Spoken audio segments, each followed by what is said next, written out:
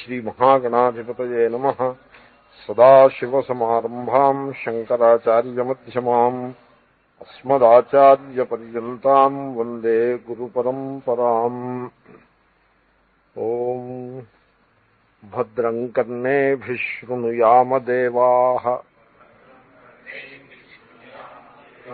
భద్రం పశ్యేమాక్షభిర్యజత్రాః స్థిరైరంగైస్తుష్టువాగుంసస్తనూభిః వ్యశేమ దేవహితం యదాయుః స్వస్తి న ఇంద్రో వృద్ధశ్రవాః స్వస్తి నః పూషా విశ్వవేదాః స్వస్తి నస్తార్క్ష్యో అరిష్టనేమిః స్వస్తి నో బృహస్పతిర్దధాతు. ఓం శాంతి శాంతి శాంతి. యస్యాగ్నిహోత్రం అదర్శమపౌర్ణమాసం అచాతుర్మాస్యం అనాగ్రయణం అతిథివర్జితం చ అహుతం అవైశ్వదేవం అవిధినాహుతం ఆసప్తమాంస్తస్య లోకాన్ హినస్తి. సో అహుతం అవైశ్వదేవం. మనం భాష్యంలో అతిథి పూజనం గురించి చూస్తూ ఉన్నాము. అతిథిని ప్రతిదినము పూజించాలి. అహన్యహని అక్రియమాణం. అటువంటి ఆ అగ్నిహోత్రము అది లోటేది కాబట్టి కర్మ చేసేప్పుడు దానికి యథావిధిగా చేయాల్సి ఉంటుంది. విధి అనేది ఒకటి ఉంటుంది, దాని ప్రకారం చేయాల్సి ఉంటుంది. ఇప్పుడు వివాహం అది చేస్తూ ఉంటారు, ఊరికే హడావిడి లౌకికమైన విషయాలకి చాలా ఇంపార్టెన్స్ ఇస్తారు తప్పిస్తే శాస్త్రీయమైన దానికి ఇంపార్టెన్స్ ఇవ్వరు. వివాహం అంత ఖర్చు పెట్టి చేయక్కర్లేదు, సింపుల్గా చేసుకోవచ్చు. కావలసిన బంధువులందరినీ పిలిచి ఓ పూట భోజనం పెట్టి పంపించవచ్చు. దానికోసం అలంకారాలు so and so weds so and so క్యా బడీ బాత్ హై. So it is something, it is an event for him, not for the whole world. So ఇంకే అలాగ పత్రికలు ప్రింట్ చేస్తారు. మీరు కార్డు పోస్ట్లో పంపిస్తే వాళ్ళు ఎవరు రారు. కార్డు పోస్ట్లో పంపిస్తే ఇట్ ఈస్ కన్సిడర్డ్ ఇన్అప్రోప్రియేట్. మీరు పర్సనల్గా ఇన్వైట్ చేయాలి. పర్సనల్గా ఇన్వైట్ చేసి దానికి మళ్ళీ ఇంక కార్డు ప్రింట్ కూడా ఎందుకు? అన్నీ రాంగ్ నోషన్సే. వివాహం అంతా సోషల్గా దాంట్లో ఉండే శోభని చెడగొట్టి డౌరీలని మరోటని బోళ్ళంత ఖర్చు వ్యవహారం. ఇంకా ఉపనయనం అని చేస్తూ ఉంటాం. ఉపనయనానికి ఒక పురోహితుడికి ఇచ్చి పైసలేవో దక్షిణ ఏదో ఇవ్వాల్సి ఉంటుంది. అదేనో సామగ్రి. ఉపనయనానికి మీరు 10 మంది బంధువులను కూడా పిలవక్కర్లేదు. శాస్త్ర ప్రకారంగా చేసి ఎవరినో మంచి వేద విద్వాంసంలో నలుగురిని పిలిచి భోజనం పెట్టి దక్షిణ ఇచ్చి పంపిస్తే అయిపోయాయి. సింపుల్గా చేసుకోవచ్చు. ఉపనయనం కూడా సోషల్ ఫంక్షన్, థ్రెడ్ సెరమనీ అని పేరు పెట్టి. Nothing like thread ceremony or any such thing. ఊరికే పిచ్చి translation, nothing more than that. Anyway దానికి పెద్ద హడావిడి. సో ఈ విధంగా మన ఎంఫసిస్ అంతా కూడా సొసైటీ సంబంధించిన విషయాల మీదకి మళ్ళీ, లౌకిక విషయాల మీదకి మళ్ళీందనుకోండి emphasis. Other things will not be there. శాస్త్రీయమైనటువంటి ఆ కర్మ విధానానికి ఇంపార్టెన్స్ తగ్గిపోతుంది. ఇప్పుడు సపోజ్ నేను పబ్లిక్ స్పీచెస్ మీద పడ్డాను అనుకోండి, జస్ట్ ఊరికే దృష్టాంతం. పబ్లిక్ స్పీచెస్, పబ్లిక్ని పోగేస్తూ ఉండడం, ఆ ధోరణిలో పడ్డాను అనుకోండి, పాఠం ఉండదు. ఇదేనా అదేనా, ఎదర్ దిస్ ఆర్ దట్.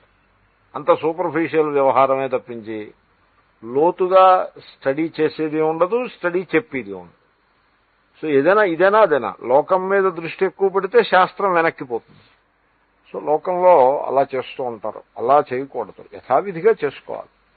చేసి పిసరంత కర్మ క్లీన్గా చేయాలి అనే అభిప్రాయం. ఖండించటం ముందు తాత్పర్యం కాదు. I will come to that. So అహన్యహని అతిథి పూజనం చేసి తీరాలి. చేయకపోతే అది లోటు.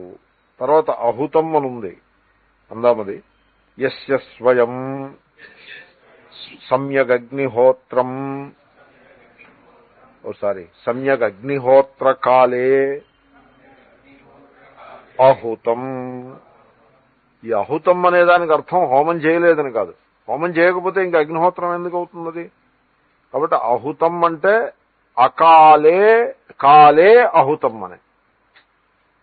చేస్తాడు కానీ సరైన కాలంలో చేయడు. అదేదో మొక్కుబడి కింద చేస్తాడు. ఇది మనకి నేను చూస్తూ ఉంటాను అది. And sometimes I tend to criticise it also. సందర్భం వస్తే మనిషిని క్రిటిసైజ్ చేయటంలో తాత్పర్యం కాదు. ఇప్పుడు సంధ్యావందనం అని చేస్తూ ఉంటారు. అది ఎలా చేస్తారంటే రాత్రి 9 దాకా లోకంలో వ్యవహారాలన్నీ చక్కబెట్టుకొచ్చి 9కి ఇంటికి వస్తారు. ఇంటికి వస్తే సాయంకాల సంధ్యావందనం చేయలేదు కదా. మరి సాయంకాల సంధ్యావందనం 6కి చేయాలి, సూర్యాస్తమయ సమయంలో. ఈ టైంకి చేయాలి. ఈ పైన ఇంకో అరగంట అయినా పర్వాలేదు. కానీ మరి ఆ టైంలో ఆయన బిజీ వ్యవహారాల్లో ఉంటాడు, which is understandable. So he comes late home. Night 9కి వస్తాడు. అప్పుడు సంధ్యావందనం చేసి భోజనం చేయాలి. సంధ్యావందనం స్కిప్ చేసి భోజనం చేస్తే he doesn't feel good about it. ఒకప్పుడు భార్య సంధ్యావందనం చేయకుండా భోజనం పెట్టనని కూడా అనొచ్చు. కొంచెం ప్రాచీనమైన సంప్రదాయంలో భార్య అయితే భోజనం వడ్డించంటే సంధ్యావందనం చేయండి, భోజనానికి కంగారు అవుద్ది అని అనొచ్చు. సో ఇన్ ఎనీ కేస్ సంధ్యావందనం 9 గంటలకి రాత్రి 9 సంధ్యావందనం ఉంటే మొక్కుబడి సంధ్యావందనం ఉంటారు. దాన్ని ఊరికే ఏదో చేయాలి కాబట్టి చేయటమే కానీ దాంట్లో ఆ సంధ్యావందన లక్షణాలు ఏమి ఉండవు. సంధ్య అంటే సమ్యక్ ధ్యాయతి అస్మిన్ అస్యాం ఇది సంధ్య. అధ్యై, ధ్యానము అనే శబ్దం ఏ ధాతువు నుంచి పుట్టిందో, ధ్యై చింతాయాం అనే ధాతువు నుంచి ధ్యానం అనే శబ్దం పుట్టింది. సంధ్య కూడా అదే ధాతువు నుంచి. సమ్ము ఊరికే ఉపసర్గ. కాబట్టి గాయత్రీ మంత్రాన్ని ధ్యానం చేస్తారు సంధ్యావందనంలో. రాత్రి 9కి వచ్చి భోజనం వడ్డిస్తుంటే హడావిడిగా ఏం ధ్యానం చేస్తారు? సో ఫిజికల్ గా, మెకానికల్ గా దానికి ఏవో కొన్ని స్టెప్స్ ఉంటాయి, అది పూర్తి చేసి భోజనం చేయటం. Only something is better than nothing అని సంతోషపడ్డాం. అట్లీస్ట్ ఆ హ్యాబిట్ అట్టి పెట్టుకుంటే మొన్నాడైనా కరెక్ట్ టైంకి చేస్తాడేమో. To that extent we can appreciate. అంతేగాని దాన్ని పూర్తిగా మెకానికల్ కింద కన్వర్ట్ చేసేయటం అన్నది సరికాదు. సో ఓ రోజు కాకపోతే ఓ రోజైనా కరెక్ట్ టైంలో చేయాలి. ఎప్పుడైనా అకేషనల్ గా డిలే అయితే వీ కెన్ అండర్స్టాండ్. అనే రెగ్యులర్ బేసిస్ కరెక్ట్ టైంలో చేయాలి. ఇప్పుడు మన క్లాస్ ఉందనుకోండి, ఎప్పుడైనా ఎమర్జెన్సీ ఏదో వచ్చి ఆలస్యంగా వస్తే you can understand. Definitely you will understand. అనే రెగ్యులర్ బేసిస్ గా నేను లేట్గా వస్తాను, ఎప్పుడు వస్తానో తెలియదు, ఎప్పుడు మొదలు పెడతానో తెలియదు, 6 అని అంటాను, ఓ రోజు 6:10, ఇంకో రోజు 6:15, ఇంకో రోజు 6:30 అలా మొదలు పెట్టాను అనుకోండి, 6:05 అలా మొదలు పెట్టాను అనుకోండి. మీరు కూడా 6 అంటే 6కి రావాలో తెలియదు, 6:05 తెలియదు, 6:20 తెలియదు, ఎంతో తెలియదు. మీరు కూడా అలా వస్తూ ఉంటారు. దానివల్ల సిస్టమ్ అంతా స్పాయిల్ అయిపోతుంది. అలా ఉండకూడదు. ఎప్పుడైనా ఎక్సెప్షన్ అనేది ఎవరికైనా సహజమే. అనే రెగ్యులర్ బేసిస్ కరెక్ట్ టైంలో చేయాలి. అగ్నిహోత్రం కూడా అంతే. దానికి అగ్నిహోత్ర కాలం ఉన్నది. ఉదితే జుహోతి, సూర్యోదయం అవగానే ఇక్కడ అగ్నిహోత్రం చేసేయటమే. 10 నిమిషాల పని. అరేంజ్మెంట్స్ అన్నీ అయితే అగ్నిహోత్రం కనుక రెడీగా ఉంటే 10 నిమిషాలు. రెడీగా లేకపోతే అరేంజ్మెంట్స్ చేసుకోవడానికే టైం పట్టేస్తుంది. సో రెడీగా ఉంటుంది. ఆ సిస్టంలో ఉన్న వాళ్ళకి అన్నీ రెడీగా ఉంటాయి. అలా రావడం, అగ్నిహోత్రం చేసేయటం 10 నిమిషాల్లో కరెక్ట్ టైంలో చేయాలి. కరెక్ట్ టైంలో చేయకపోతే అది దోషమే. అహుతం అంటే సమ్యక్ అగ్నిహోత్ర కాలే అహుతం. సరిగ్గా చేయాల్సినటువంటి కాలంలో చేయని సందర్భంలో లోటది. ఓకే. ఇంకా తర్వాత అవైశ్వదేవం, అదే అంటారు ఆయన. అదర్శాదివత్ అవైశ్వదేవం వైశ్వదేవ కర్మవర్జితం. వైశ్వదేవము అని ఒక కర్మ ఉన్నది. విశ్వేదేవాహ, విశ్వేదేవాహ అని ఉన్నారు. దేవతల్లో ఓ వర్గం విశ్వేదేవాహ. సో ఈ విశ్వేదేవాహ అక్కడ అర్చించబడతారు. ఆ విశ్వేదేవతలకి ఒక చిన్న ఆహుతి లాంటిది ఉంటుంది. అది భోజనం చేసే ముందు మధ్యాహ్నం 12 గంటలకు ఒక్కసారి చేస్తారు. Daily 1 time. అది కూడా ఉండాలి. That is also part of the Vedic persons life. Vedic కర్మ చాలా కఠినమైంది. శ్రద్ధగా చేయాలి అంటే చాలా కఠినమైన విషయం. ఏదైనా అంతే. జనరల్గా కర్మ అంటే you have to take all precautions. ఇప్పుడు కంప్యూటర్ వర్క్ చేస్తున్నారనుకోండి, అన్నీ క్లీన్గా చేయాలి. మీరు ఏదో అవకతవకగా చేస్తే అది వర్కౌట్ కాదు. చిన్న మిస్టేక్ చేశారనుకోండి, ఆ సాఫ్ట్వేరు ఆ మిస్టేక్ని అది దాన్ని హ్యాండిల్ చేయలేక అది మిస్బిహేవ్ చేయడం ప్రారంభిస్తూ ఉంటుంది. చిన్న మిస్టేక్ మీరు చేస్తారు, అది ఇట్ గోస్ ఆన్ మిస్బిహేవ్. ఏమిట్రా ఇలా మిస్బిహేవ్ చేస్తోందని చెప్పేసి తల పట్టుకుంటే బ్యాక్వర్డ్ ఇంటిగ్రేషన్ చేసుకుంటూ పోతే ఒక గంట తర్వాత దొరుకుతుంది మీకు మిస్టేక్. ఇక్కడ మిస్టేక్ చేసాము అని దొరుకుతుంది. ఏదైనా కర్మ అలాగే ఉంటుంది. కనుక one has to have N I for details. అన్ని అంశములలోనూ తేడా రాకుండా చేసుకుంటూ పోవాలి. అవైశ్వదేవం, వైశ్వదేవ వర్జితం. ఎలాగైతే అదర్శం అనే విశేషణాలు చూసామో అలాగంటి విశేషణమే ఇది కూడా. అవైశ్వదేవం అంటే వైశ్వదేవము అనేటువంటి కర్మని చేయటం మానేస్తాడు. భోజనం చేయాలనే తొందరలో ఉంటాడు, మానేస్తాడు. ఓసారి మానేస్తే ఇంకోసారి మానేస్తే ఇంకా మళ్ళీ చేయబుద్ధి కాదు, టోటల్గా అవాయిడ్ చేస్తూ ఉంటాడు. అలాగా that is a mistake. One is not suppose to do that. Okay. ఆ తర్వాత ఏమిటి? అవిధినాహుతం అని ఉంది మంత్రంలో భాష్యకారులు. హూయమానమపి అవిధినాహుతం నయథాహుతం ఇత్యేతత్. సో అవిధినాహుతం, హుతం అంటే హోమం చేస్తాడు, ఆహుతులు ఇస్తూ ఉంటాడు అగ్నిలో, కానీ యథావిధిగా ఇవ్వడు. హూయమానమపి యథాహుతం నా, శాస్త్రీయమైన ప్రక్రియ ఏదైతే ఉందో దాని ప్రకారం ఇవ్వడు. చాలా అసందర్భంగా చేస్తూ ఉంటాడు. సో ఈ సిమెంట్ వర్క్ చేస్తాడు మేస్త్రి. ఈ మేస్త్రీల్లో క్లీన్గా వర్క్ చేసే మేస్త్రీలు కొంతమంది ఉంటారు. మీకు ఈజీగా అప్రిషియేట్ చేయగలుగుతారని నేను చెప్తున్నాను, ఎందుకంటే మీరు అందరూ ఇళ్ళు అవి కట్టి ఉంటారు అందుకోసం. కొంతమంది మేస్త్రీలు ఉంటారు, వాడిని బాత్రూమ్ చేయరా అంటే వాడు ఏం చేస్తాడంటే బాత్రూంలో అవుట్లెట్, వాటర్ అవుట్లెట్ ఉంటుంది చూడండి, అదే ఒక కార్నర్లో పెడతాడు కదా, ఆ కార్నర్లో ఎత్తులో పెడతాడు దాన్ని. మిగతా బాత్రూమ్ అంతా లోయ లెవెల్లో ఉంటుంది, అది ఒక్కటి ఎత్తులో ఉంటుంది. అలాంటి బాత్రూమ్ ఎప్పుడైనా చూస్తే, మీరు ఎప్పుడైనా చూస్తుంటారు, మీకు అనుభవం వచ్చి ఉంటుంది. అటువంటి బాత్రూమ్ ఎప్పుడైనా చూస్తే ఆ మేస్త్రి వాడిని ఎవరినైనా పట్టుకొచ్చి వాడిని కొరికేసి మొత్తేసి కొట్టేయాలనిపిస్తుంది. ఎందుకంటే వాడు మేస్త్రి అయ్యుండి ఆ వాటర్ పోయి ఎత్తులో పెట్టేటంటే వాడిని ఏమనమంటారు? మన మున్సిపాలిటీ వాళ్ళు రోడ్డు పక్కన sewage canal, Storm water drains కడుతూ ఉంటారు. అది వాటర్ ఎదురు వస్తుంది, it won't flow in the direction, ఎందుకంటే వీడు ఎత్తు పెడతాడు. సో అలాగంటి వర్క్ చేస్తే ఎలా ఉంటుంది? చాలా చేయకూడదు. ఎప్పుడు ఏ పనైనా సరే ఈశ్వరారాధన రూపంగా చేయటం అలవాటు చేసుకోవాలి. ఎనీవే, సో యథావిధిగా హోమం చేస్తే యథావిధిగా చేయాలి. కొంత నెయ్యి కింద మీద నెయ్యి పోషిస్తూ ఉండడం, బట్టలన్నీ నెయ్యి చేసేసుకోవడం, అక్కడ ఇంతంత మంటలు వచ్చి ఇట్లాగా మోసేయటం, అన్ని పిచ్చి పిచ్చి వేషాలన్నీ వేస్తారంటారే, అలా ఉండకూడదు. తర్వాత ద్రవ్యం ఎక్కువ అనేది కరెక్ట్ కాదు. ఈ మధ్యన ఇదో పిచ్చి, ద్రవ్యం ఎక్కువ వేస్తే దేవుడు ఎక్కువ సంతోషిస్తాడు. That is not correct. యథావిధిగా చేయాలి. నేను దృష్టాంతం చెప్పమంటే, మీకు కథ చెప్పమంటే చెప్తా. మత్స్య పురాణంలో వచ్చింది ఈ కథ. నేను కొద్ది రోజులు మత్స్య పురాణం చదివాను. ఎందుకు చదివానో నాకే తెలియదు, చదివాను. మంచి పురాణం. ఎనీవే, భీష్ముడు తద్దినం పెడుతున్నాడు. తద్దినం అంటే తెలుసు కదా మీకు, శ్రాద్ధము అంటారు. శ్రద్ధయా కృతం, శ్రద్ధతో చేసేటువంటి పితృకర్మ కనుక దానికి శ్రాద్ధము అని పేరు.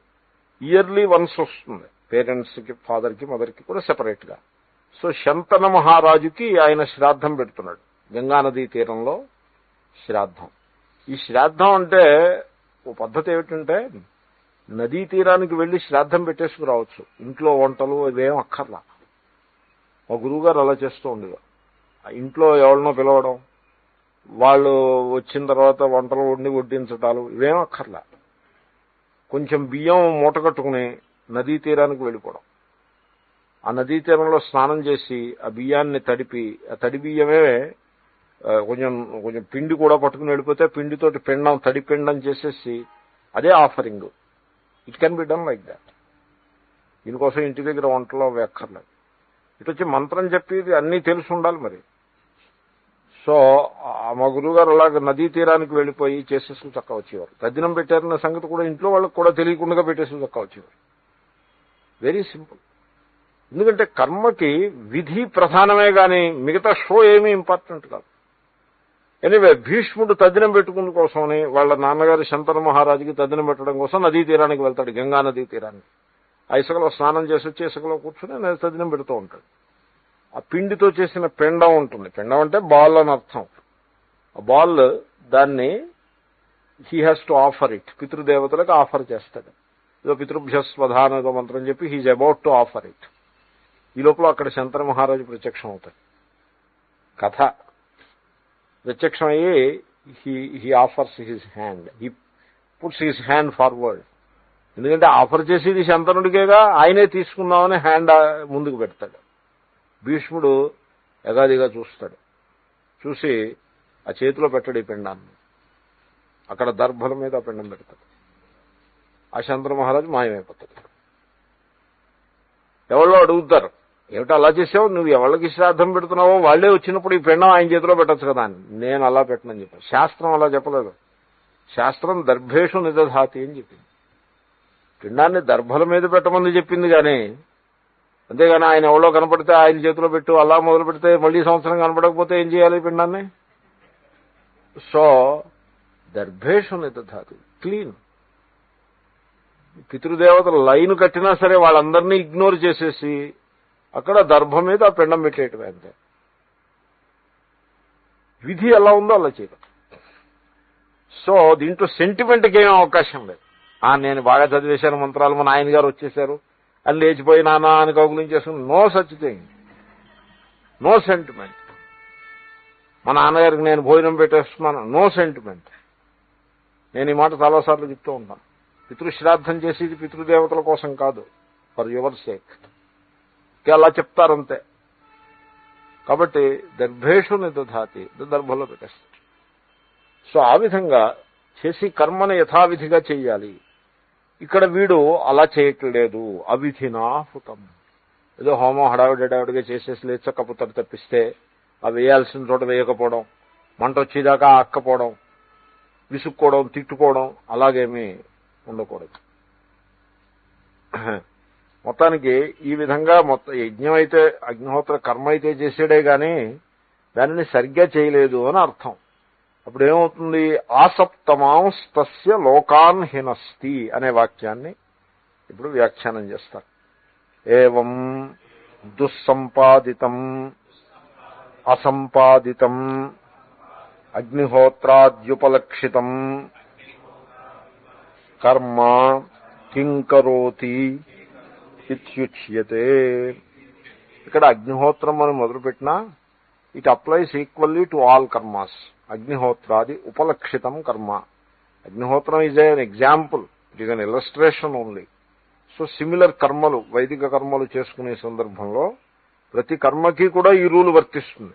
అగ్నిహోత్రం అయితే ఇవన్నీ ఉండాలి, మరో కర్మకి మరొకటి ఉండాలి, మరొకటి ఉండాలి. ఇప్పుడు వివాహం ఉందనుకోండి, ఏవో కొన్ని మౌలికమైన కర్మలు ఉంటాయి. సప్తపది, యోక్త్రబంధనము, ఇలాగేవో కొన్ని ప్రధానమైన కర్మలు, మంగళసూత్రధారణము, శేషాహుతి, శేషహోమము, ప్రధాన హోమము, ఇలాంటివివో కొన్ని ఉంటాయి బేసిక్ థింగ్స్. దీంట్లో కొంచెం ఫ్యామిలీస్ వాళ్ళ కస్టమ్స్ దాన్ని బట్టి కొంచెం వేరియేషన్స్ ఉన్నాయి. ఉన్నప్పటికీ still the basic things are there. So they have to be followed systematic గా. ఎనీవే, సో ఒకప్పుడు అసంపాదితం, అగ్నిహోత్రం రోజు పొద్దున్న సాయంకాలం చేయాలనుకోండి, చేయాల్సి వస్తే అప్పుడప్పుడు మానేస్తూ ఉంటాడు. అసంపాదితం.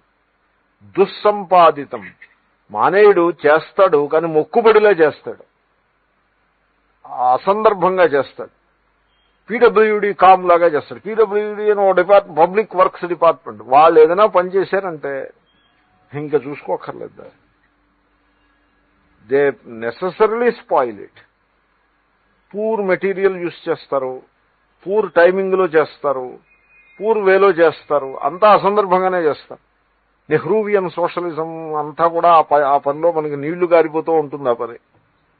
సో అలా చేయకూడదు. కర్మని చేస్తే క్లీన్గా చేయాలి. ఎనీవే, సో దుస్సంపాదితం అసంపాదితం, చెడుగా చేయటం, అప్పుడప్పుడు చేయకుండా మానేస్తూ ఉండడం, ఈ విధంగా కర్మల్ని చేస్తే ఏమవుతుంది? కింకరోతి, ఆ కర్మ వీడికి ఏం చేస్తుంది? ఉపకారం చేస్తుందా అపకారం చేస్తుందా? ఇత్యుచ్యతే అనే అంశాన్ని ఇప్పుడు మనకు ఆ శృతి వాక్యంలో స్పష్టమవుతోంది.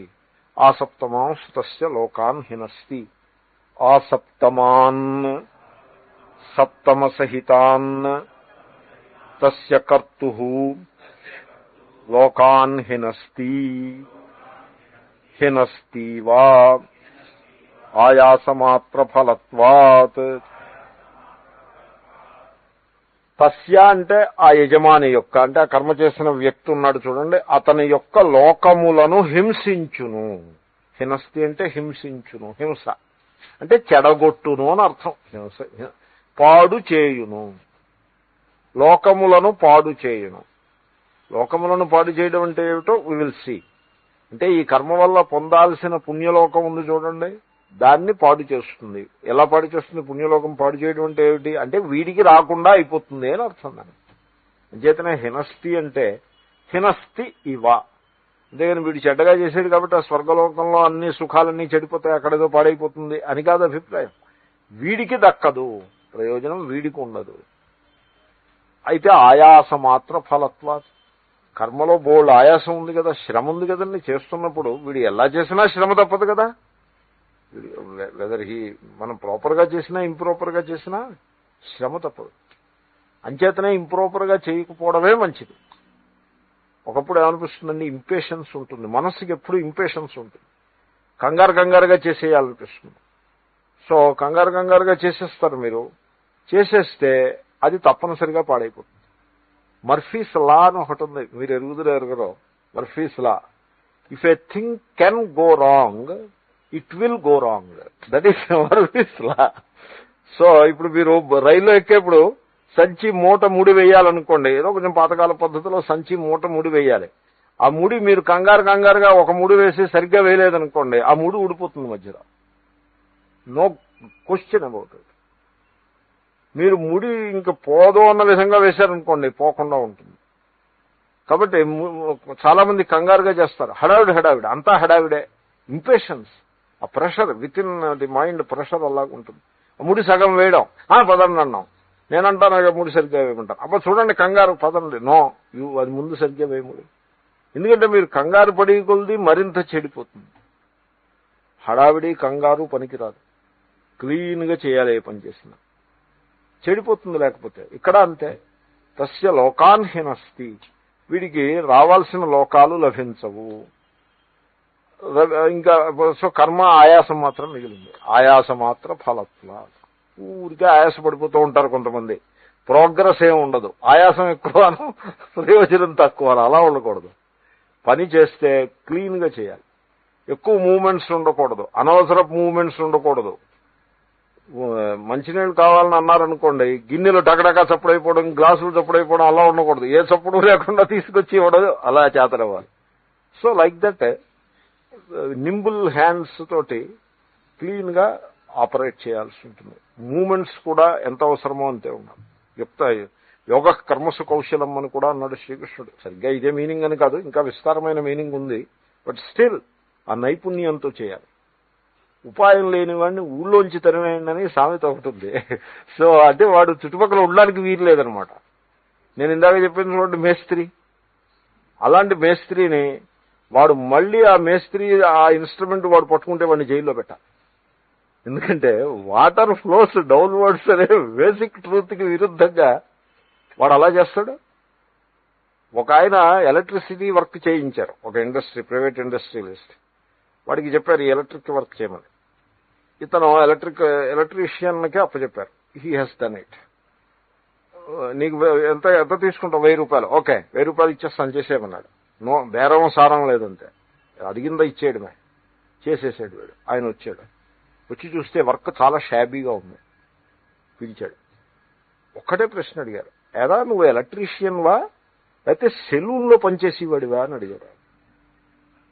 That is the question he ask. నీ జాబ్ ఏమిటి? ఎలక్ట్రిసిటీ చేస్తావా, సెలూన్ వర్క్ చేస్తావా? Which is the work you do? అంటే నేను ఎలక్ట్రీషియన్ అన్నాడు. కొట్టలేదు, అందుకు సంతోషించండి. ఫిజికల్గా కొట్టలేదు. ఈ పైన ఎప్పుడైనా 1000 రూపాయలు ఇచ్చేసి ఈ పైన ఎప్పుడైనా నా ప్రిమిసెస్ లో కనపడ్డావంటే I will beat you, immediately get out. క్యా హువా సాబ్, don't talk anymore, please get out. ఎందుకంటే work is shabby, he doesn't like shabby work. అదే క్లీన్ గా చేశాడు అనుకోండి, ఇంకో 1000 ఇస్తాడు. కాబట్టి వర్క్ అనేది చేస్తే క్లీన్ గా చేయాలి.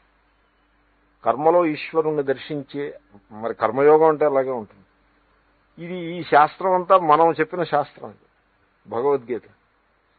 సో ఒకసారి స్వామి రామతీర్థ అమెరికా వెళ్ళారు.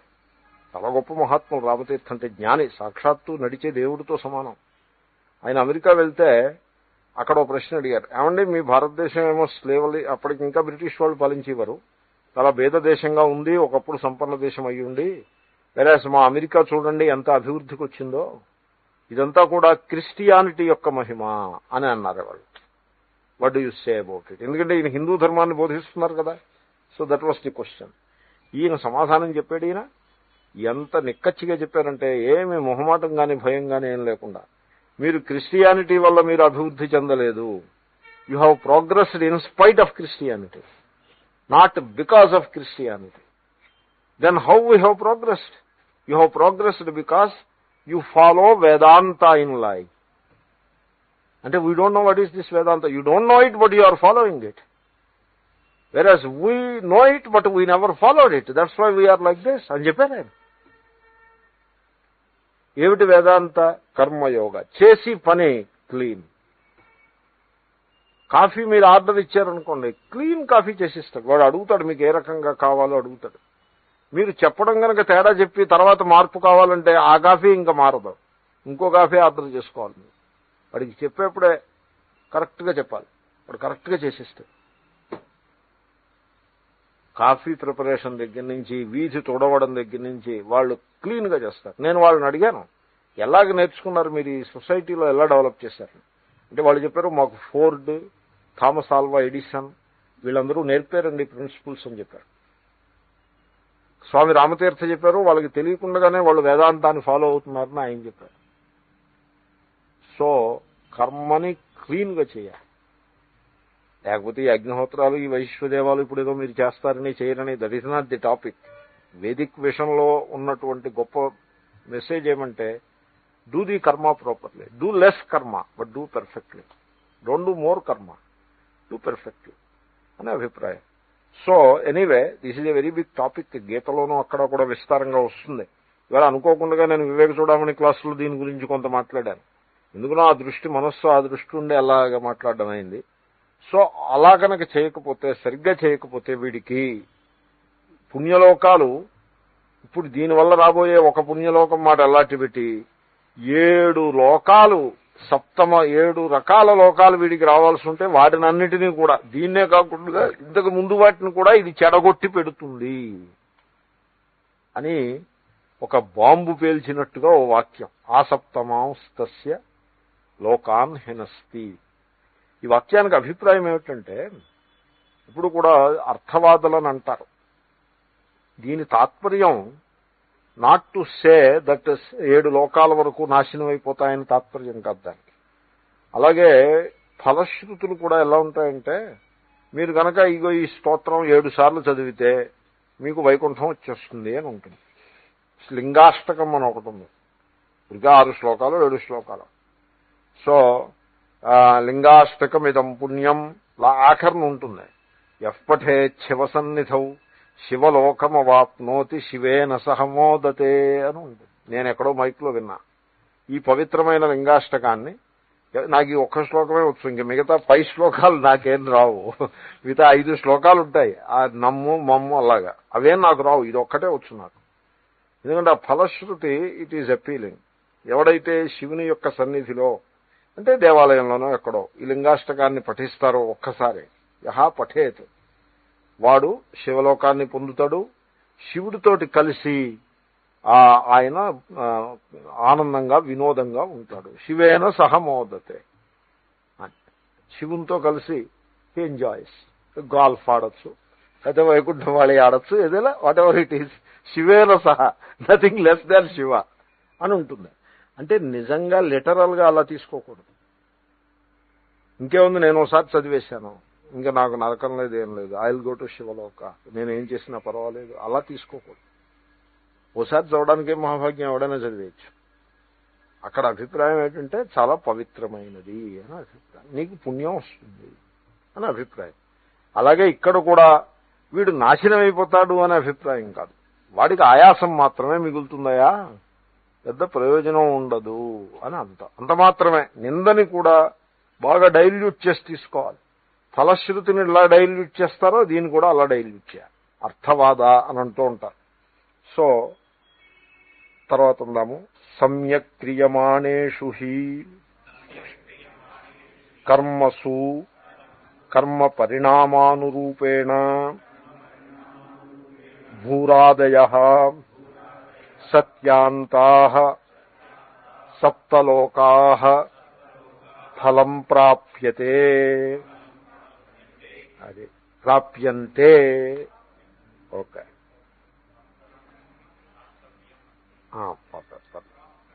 ఓకే, ప్రాప్తం డజంట్ మ్యాటర్. ఏమిటి సప్తమ అంటున్నారే, ఏడో దాంతో సహా. What is this seven thing, ఈ సెవెన్ అప్ అనే what is this seven up? ఎందుకంటే ఇవన్నీ కూడా ఊర్ధ్వలోకాలు, పుణ్యలోకాలు. 7 లోకాలు ఉన్నాయి. భూరాదయ సత్యాంతా సప్తలోకా, భూతో మొదలుపెట్టి సత్య వరకు 7 అప్ అన్నమాట. భూ భువ సువ మహ జన తప సత్యం. సో భూలోకంలో ఇప్పుడు ఉన్నదే భూలోకం కదా, అంటే ఇక్కడ అభివృద్ధి వస్తుంది. ఇక్కడ అభివృద్ధి కూడా పార్ట్ ఆఫ్ ది కర్మఫలమే. కనుక భూలోకంలో పరిస్థితులన్నీ అనుకూలమవుతాయి. ఇంకా ఆ 7 లోకాలు, ఆ పై 6, మొత్తం 7, ఈ 7 కూడా వీడికి లభిస్తాయి అని శాస్త్రంలో 7 లోకాలనే కర్మఫల రూపంగా చెప్పారు. మీరు పుణ్యకర్మ చేసుకుంటే ఇహలోకాభివృద్ధి, పరలోకం 6, 1 + 6 7, అవి ఆ 7ను. ఇప్పుడు కనుక చేయాల్సిన కర్మ సరిగ్గా చేస్తే 7 వస్తాయా? సరిగ్గా చేయకుండా తప్పుగా చేశారనుకోండి, ఏమవుతుంది, ఆ 7 పోతాయి. అదే అభిప్రాయం. ఆ సప్తమాన్ అని, that is how the 7 becomes important that way. అదే ఆయన అంటారు, సమ్యక్ క్రియమాణేషు కర్మసు, కర్మలను కనుక చక్కగా చేసిన పక్షంలో మీకు 7 లోకాలు కర్మ పరిణామానురూపేణ, ఆ కర్మయే పరిపక్వమై ఫలం రూపంగా మీకు 7 లోకాలు one after another, all at a time రావు కదా, వన్ ఆఫ్టర్ అనదర్ వస్తాయి. ఇప్పుడు సిటిజన్షిప్, ఇండియన్ డ్యూయల్ సిటిజన్షిప్ ఎంత ఇబ్బంది పడుతున్నారో చూడండి. అమెరికాలో ఉంటారు, ఇండియన్ సిటిజన్షిప్ కావాలని అంటూ ఉంటారు. ఈ ఎన్ఆర్ఐ పీపుల్ అమెరికాలో మకా ఉంటారు, ఇండియన్ సిటిజన్షిప్ కావాలి. వై? అమెరికాలో మకా ఉన్నప్పుడు why you want Indian citizenship అంటే they want to have so both ends to their favour. మేము డాలర్స్ ఇస్తున్నాం కాబట్టి మాకు ఇండియన్ సిటిజన్షిప్ కావాలి. ఎందుకు? Why don't you give dollars? Just motherland మీద ఉండే ప్రేమ చేత ఇచ్చి ఊరుకోవచ్చు కదా. సరే, మొత్తానికి ఇప్పుడు ఏదో ప్రయత్నం చేస్తున్నారు. వీళ్ళ సమస్య ఏమిటి? అమెరికాలో ఉండి ఇండియన్ సిటిజన్షిప్ అంటే ఇస్తే వాడు డాలర్లు ఇస్తాడు, కానీ పాకిస్తాన్ వాళ్ళందరూ మాకు కూడా ఆ రూల్ వర్తిస్తుందని తయారవుతారు. అయితే బంగ్లాదేశ్లో వాళ్ళందరూ మాకు కూడా ఇండియన్ సిటిజన్షిప్కి ఆ రూల్ ప్రకారం మాకు వీళ్ళందరూ, we don't want all of them as Indian citizens. We want the American Indians, NRIs only. We want only America. Bangladesh, Pakistan, Nigeria ఇవన్నీ మనకు అక్కర్లేదు. దేర్ ఫోర్ వీళ్ళకి ఆ discrimination, therefore they cannot grant it. లాలో only అమెరికాలో ఉన్న వాళ్ళకి మాత్రమే అలా చేయటంలో ఇబ్బందులు ఉంటాయి. They are trying to do some such thing, that is the hiccup there. So why they want dual citizenship? What for? అలాగంటే సెల్ఫిష్నెస్ ఉండకూడదు. ఏదో అక్కడ సిటిజన్షిప్ బీ దేర్. ఇండియా రావాలంటే వీసా ఇస్తారు, డబ్బులు కట్టి వీసా తెచ్చుకుని రావడమే. అలా కాదు, they want a dual citizenship, they want to have some benefit. Okay, human nature is like that. So you can't get simultaneously 2 lokas. That is what I was saying. They will come one after another. So ఆ వచ్చేది సందర్భం ఉంటే అదంతా కూడా చెడిపోతుంది. అంటే condemnation కాదు, really తప్పుగా చేయొద్దు సుమా అని డిస్కరేజ్ చేయటం అభిప్రాయం. సో అవన్నీ కూడా లభిస్తూ ఉంటాయి కర్మఫల రూపంగా, అవి ఇప్పుడు చెడిపోతాయి అని అభిప్రాయం. ఆయన అంటారు, తే లోకాః ఏవం భూతేన అగ్నిహోత్రాది కర్మణాతు అప్రాప్యత్వాత్ హింస్యంత ఇవా. ఆ లోకాలు తూ అంటే ఆన్ ది అదర్ హ్యాండ్, అంటే మీరు కర్మ సమ్యక్రియమానేషు, మీరు కనుక చక్కగా చేసినట్లయితే 7 లోకాలు వన్ ఆఫ్టర్ అనదర్ మీకు లభిస్తాయి. తూ ఆన్ ది అదర్ హ్యాండ్ ఏవం భూతేన అగ్నిహోత్రాది కర్మణ, ఇక్కడ చెప్పినటువంటి పద్ధతిలో మీరు అగ్నిహోత్రాది కర్మల్ని చేస్తే, ఎలాగా వైశ్వదేవం, అతిథి వర్జితం, అదర్శం, అపౌర్ణమాసం, అంటే దాని చుట్టూ ఏమిటైతే వ్యవస్థ ఉంటుందో ఆ వ్యవస్థనంతని కూడా ఇగ్నోర్ చేసి ఊరికే బేర్ మినిమం చేసి, అది కూడా అసందర్భంగా చేస్తే, శ్రద్ధ లేకుండా చేస్తే, అటువంటి కర్మ వల్ల ఆ 7 లోకాలు మీకు రావు అని అభిప్రాయం. అంతే. అప్రాప్యత్వాత్. మరి హింస అన్నారేమిటి? రావాల్సింది రాకపోవడమే ఇక్కడ హింస. అప్రాప్యత్వాత్ హింస్యంతే ఇవా. రావాల్సిన లోకం రాలేదు, ఎందుకంటే ఫలం రాలేదు వీడికి. దాని అర్థం ఏంటి? రావాల్సింది రాకపోతే మరి దాని పేరే హింస కదండి. అలా హింసింపబడ్డాయి. ఇప్పుడు రావాల్సింది రాకపోతే ఉన్నవాడు ఉన్నట్టున్నాడు కదా, దీంట్లో హింస ఏముంది అని మీరు అడగచ్చు. ఉంది హింస. ఆయాసమాత్రంతు అవ్యభిచారీ ఇత్యతః హినస్తిత్యుచ్యతే. హినస్తి అంటే అర్థం అది. హింస అంటే ఆ కర్మ ఏదో ఒక అపరాధం అయిపోయి, అదేదో పిడుగో ఏదో నెత్తిమీ పడిపోయి వీడు హాస్పిటల్లో జాయిన్ అయిపోతాడనే అభిప్రాయం కాదు.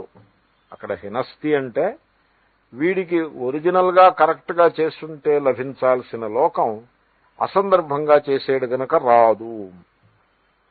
ఆయాసం మాత్రం మిగులుతుంది. ఆయాస మాత్రంతో అవ్యభిచారి. అవ్యభిచారి అంటే అది తప్పదు. ఎలాగా? ఇప్పుడు కరెక్ట్ గా చేసి స్వర్గలోకానికి వెళ్ళాడు, వాడు ఆయాసపడతాడు. వీడు అవగతవగ్గా చేసి స్వర్గలోకం పోగొట్టుకున్నాడు, ఆయాసం మిగులుతుంది. మీరు కాంప్రమైజ్ చేసి షార్ట్ కట్స్ లో పూర్తి చేసేద్దాం అనుకుంటే ఆయాసం తప్పదు. There are no shortcuts in కర్మలో. షార్ట్ కట్స్ లేవు. ఇప్పుడు వంట చేయాలనుకోండి, ఏం షార్ట్ కట్స్ ఉన్నాయి దానికి? ఏమీ షార్ట్ కట్స్ లేవు. మీరు క్లీన్ గా ఎలా చేయాలో అలా చేయాల్సిందే. షార్ట్ కట్ చేసి చూడండి, ఓ పూట వంట ఎలా ఉంటుందో మీకే తెలుస్తుంది. No shortcuts. అకౌంట్ కూడి అకౌంట్ బ్యాలెన్స్ షీట్ తయారు చేయాలి, what shortcut you have? పళ్ళు తోముకోవాలి, ఏం షార్ట్ కట్ ఉంది? You tell me how to compromise or reduce it's.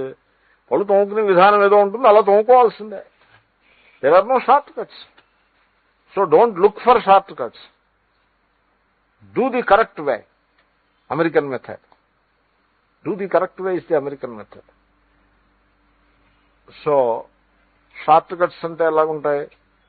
ఇప్పుడు ఓ బస్తా సిమెంటు 2 బస్తాలు ఇసుక కలపమన్నారనుకోండి, వాడు ఓ బస్తా సిమెంట్ చేయడానికి బదులు 1/2 బస్తా వేస్తాడు. Short cut.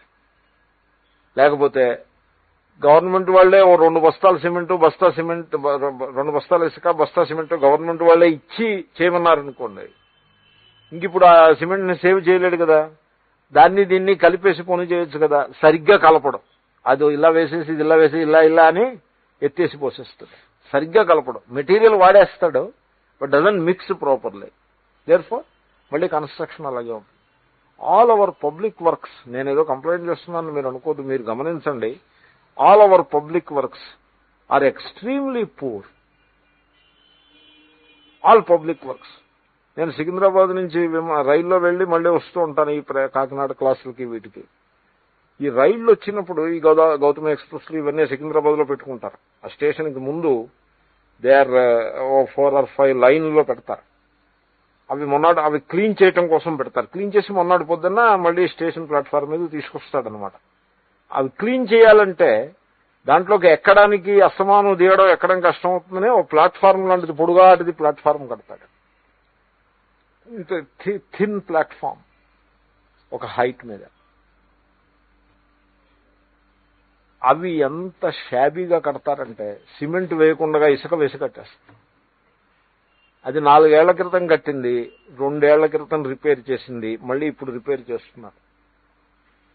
వాళ్ళు చేయాల్సిందల్లా ఏంటంటే, ఇప్పుడు నేను కూర్చున్నా చూడండి, ఈ ఎత్తులో ఇంత విడుతులో ఓ పొడుగాటి ప్లాట్ఫారం కట్టడం, అడుగున స్తంభాలు పెట్టి, ఆ స్తంభాలు ఎలా పెడతారో ఇంకే చెప్పకండి మీరు.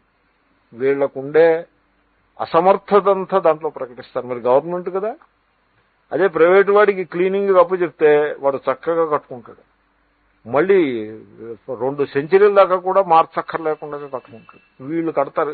రైల్వే సొమ్ము ప్రతి సంవత్సరం టెండర్ తీస్తూ ఉంటారు, ఆ ప్లాట్ఫారంలో కడుతూ ఉంటారు. ప్రతి సంవత్సరం కడతారు.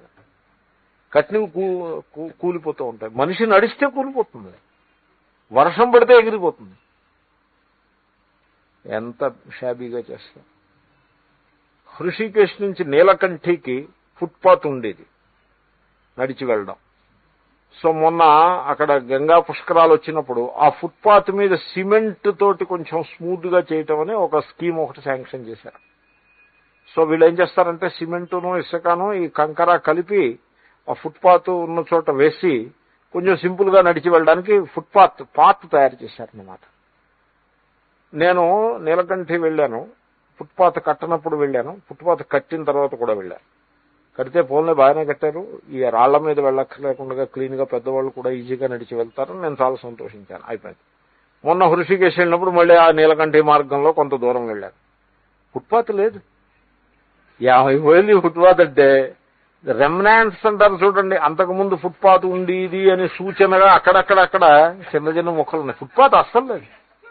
ఎలా పోయిందని అడిగితే వర్షానికి పోయింది. అది ఆ వర్షపు నీళ్లు పడితే పోయింది. నేను అడిగాను, ఏమంటే వర్షపు నీళ్లు పడితే సిమెంట్ పాత్ ఎలా పోతుందని. వాళ్ళు సిమెంట్ వేస్తే కదా దాంట్లో, వాళ్ళు సిమెంట్ వేయలేదు, ఇసుక వేసి కట్టేశారు. అలాగా చూపించారు వాడికి. వాడు శాంక్షన్ చేశాడు, ₹1,00,000 శాంక్షన్ అవుతుంది. వాడికి 10,000, వీడికి 90,000. ఆ 90,000లో ఖర్చు పెట్టింది 10,000, 80,000 వీడికి మిగులు, 10,000 వాడికి లాభం. అక్కడ ఫుట్పాత్ కనపడింది 2 నెలల ఫస్ట్ వర్షం పడేదాకా కనపడింది. ఆ తర్వాత క్రమంగా వర్షపు నీళ్లకి విడిపోయి వాష్ ఆఫ్ అయిపోయింది, సిమెంట్ది వాష్ ఆఫ్ అయిపోయింది. Why they should do like that? So కర్మని అలా అంచేతనే దేశం అభివృద్ధికి రాదు, దేశం ఇలాగనే పాడైపోతుంది. మనకున్న ఎనర్జీస్ అన్నీ కూడా ఇలాగ వేస్ట్. మళ్ళీ కట్టాలి అక్కడ, మళ్ళీ శాంక్షన్, ప్రభుత్వ ధనం అలా వేస్ట్ అయిపోతూ ఉంటుంది. దేర్ఫోర్ రోడ్లు వేస్తారు, ఒక్క సీజన్ కంటే ఎక్కువ పనికిరావు రోడ్లు. ఎందుకంటే వేసేప్పుడే మళ్ళీ వాడు ఆ రోడ్డు వేయాల్సి ఉంటుంది, అలా వేస్తారు. వేసేప్పుడే అలా వేస్తారు, క్లీన్గా వేయరు. So very unfortunate. కర్మ విషయంలో మనం ఇలాగా తప్పుడు యాటిట్యూడ్ సమాజం మీద ఉండబట్టే ఇంత రిసోర్సెస్ ఉండి, ఇంత సామర్థ్యం ఉండి మనం అభివృద్ధి రాలేకపోతున్నాం. ఇదే మన వాళ్ళు అమెరికాయో వెళ్తే చాలా బాగా చేస్తారు, వర్క్ కరెక్ట్గా చేస్తారు. అక్కడ వాళ్ళందరూ కూడా ఇండియన్ అయితే ఎంతో ఆనందంగా రిసీవ్ చేసుకుని ఎంప్లాయ్మెంట్ ఇచ్చి, ఎందుకంటే క్లీన్గా పనిచేస్తాడు, నో కంప్లైంట్స్, నో క్వారల్స్, చక్కగా పనిచేస్తాడు. ఆ లోకల్ అమెరికన్స్కి అలా చేయరు, అంచేతనే they want to employee Indians. But అదే మన వాళ్ళు మన దగ్గరకు వచ్చేప్పటికి ఇక్కడ atmosphere it's a very wishes atmosphere, very unfortunate. So స్లోగా ఆ వాతావరణం నుంచి బయటకు వచ్చి కర్మని క్లీన్గా చేయటం అనేది నేర్చుకునే వరకు సమాజం బాగుపడదు. అలాంటి సమాజం విషయం అలాంటి పెట్టి మన మటుక్కి మనం చేసి పనేదో క్లీన్గా చేయటం అలవాటు చేసుకోవాలి. కొద్ది చేయాలి. కర్మను అలా విస్తారం చేసుకుంటూ పోయారనుకోండి, మీరు క్లీన్గా చేయలేరు, ఓపిక పోతుంది. ఓ అష్టోత్తరం చదివారనుకోండి, ఇంకో అష్టోత్తరం చదవండి అని వీళ్ళు ప్రోత్సహిస్తూ ఉంటారు. ఈ ప్రోత్సహించే వాళ్ళు కూడా ఏదో మాట వరుసకి ప్రోత్సహిస్తారు. ఇప్పుడు మంత్రపుష్పం చెప్పమన్నారనుకోండి, ఏదో రాజాధిరాజా ఏదో మనం యోపాం పుష్పం ఏదో చెప్తూ ఉంటే ఇంకోటి అందివ్వడం. అందిస్తే ఇప్పుడు దాన్ని కాదని ఎలా అంటారు? ఇప్పుడు మీరు శివ పూజ చేశారనుకోండి, విష్ణు పూజ విష్ణు అష్టోత్తరం చదవాయ్ అని పుస్తకం వెతుకుతున్నాడు అనుకోండి, ఆయన నో విష్ణు అష్టోత్తరం వద్దు అని అనడానికి వీడు భయపడతాడు. ఎందుకంటే ఆయన మంచి పని చేద్దామంటుంటే వద్దనడానికి మనసు ఒప్పదు. ఆ రకంగా దాన్ని అలా పెంచేసుకుంటూ పోతారు. పెంచేసుకుంటూ పోతే అందరికీ విసిగెత్తిపోతుంది. ఎవళ్ళు కూడా ఏ పని సరిగ్గా చేయరు, చాలా అన్టైడీగా తయారవుతుంది. కాబట్టి కర్మనల్లా పెంచుకుంటూ పోకూడదు. ఏదో ప్యాకేజ్ కింద నేను అంటూ ఉంటాను తరచుగా, take a package for your self. What కర్మ ఐ విల్ డూ, ఒక ప్యాకేజ్ కింద తీసుకోవడం. సాధన ప్యాకేజ్. సో ఈ కర్మ చేస్తాను, ఈ జపం చేస్తాను, 1.5 hours 2 hours పెట్టుకున్నారనుకోండి, మీరు you will not be able to sustain it. ఏదో ఆరంభ శూరత్వంలో ఓ రోజు చేస్తారు, 2 రోజులు చేస్తారు, ఓ వారం చేస్తారు, ఆ తర్వాత ఏదో పని వచ్చి చేయలేకపోతారు. ఇప్పుడు యోగాభ్యాసం ఉందనుకోండి, if you want to do it, do 20 minutes or 30 minutes so that you can sustain it for a long time. No, I will do yoga for 2 hours. Okay, do it. Who will stop? 2 hours చేస్తానంటే వద్దనే వాళ్ళు అంటారు. ఓ 2 రోజులు చేస్తారు, మొత్తం మానేస్తారు. అలా అవ్వకూడదు. సో కర్మని క్లీన్ గా చేయాలంటే దాన్ని రెస్ట్రిక్ట్ చేయాల్సిన అవసరం ఉంటుంది. అస్తు.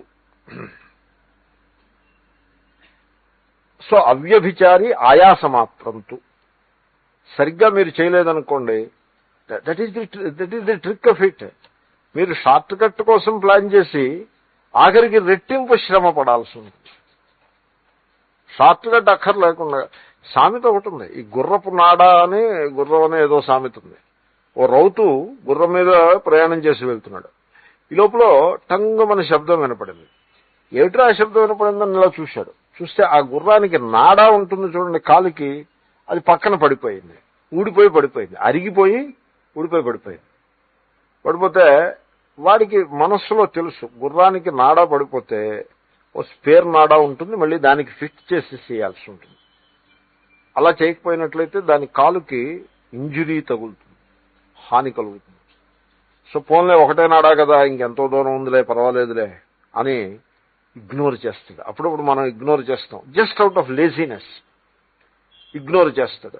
గుర్రాన్ని ముందుకు పరిగెత్తిస్తాడు. ఇంకో 2 మైళ్ళు పరిగెత్తి కూలబడుతుంది గుర్రం అడవి మధ్యలో.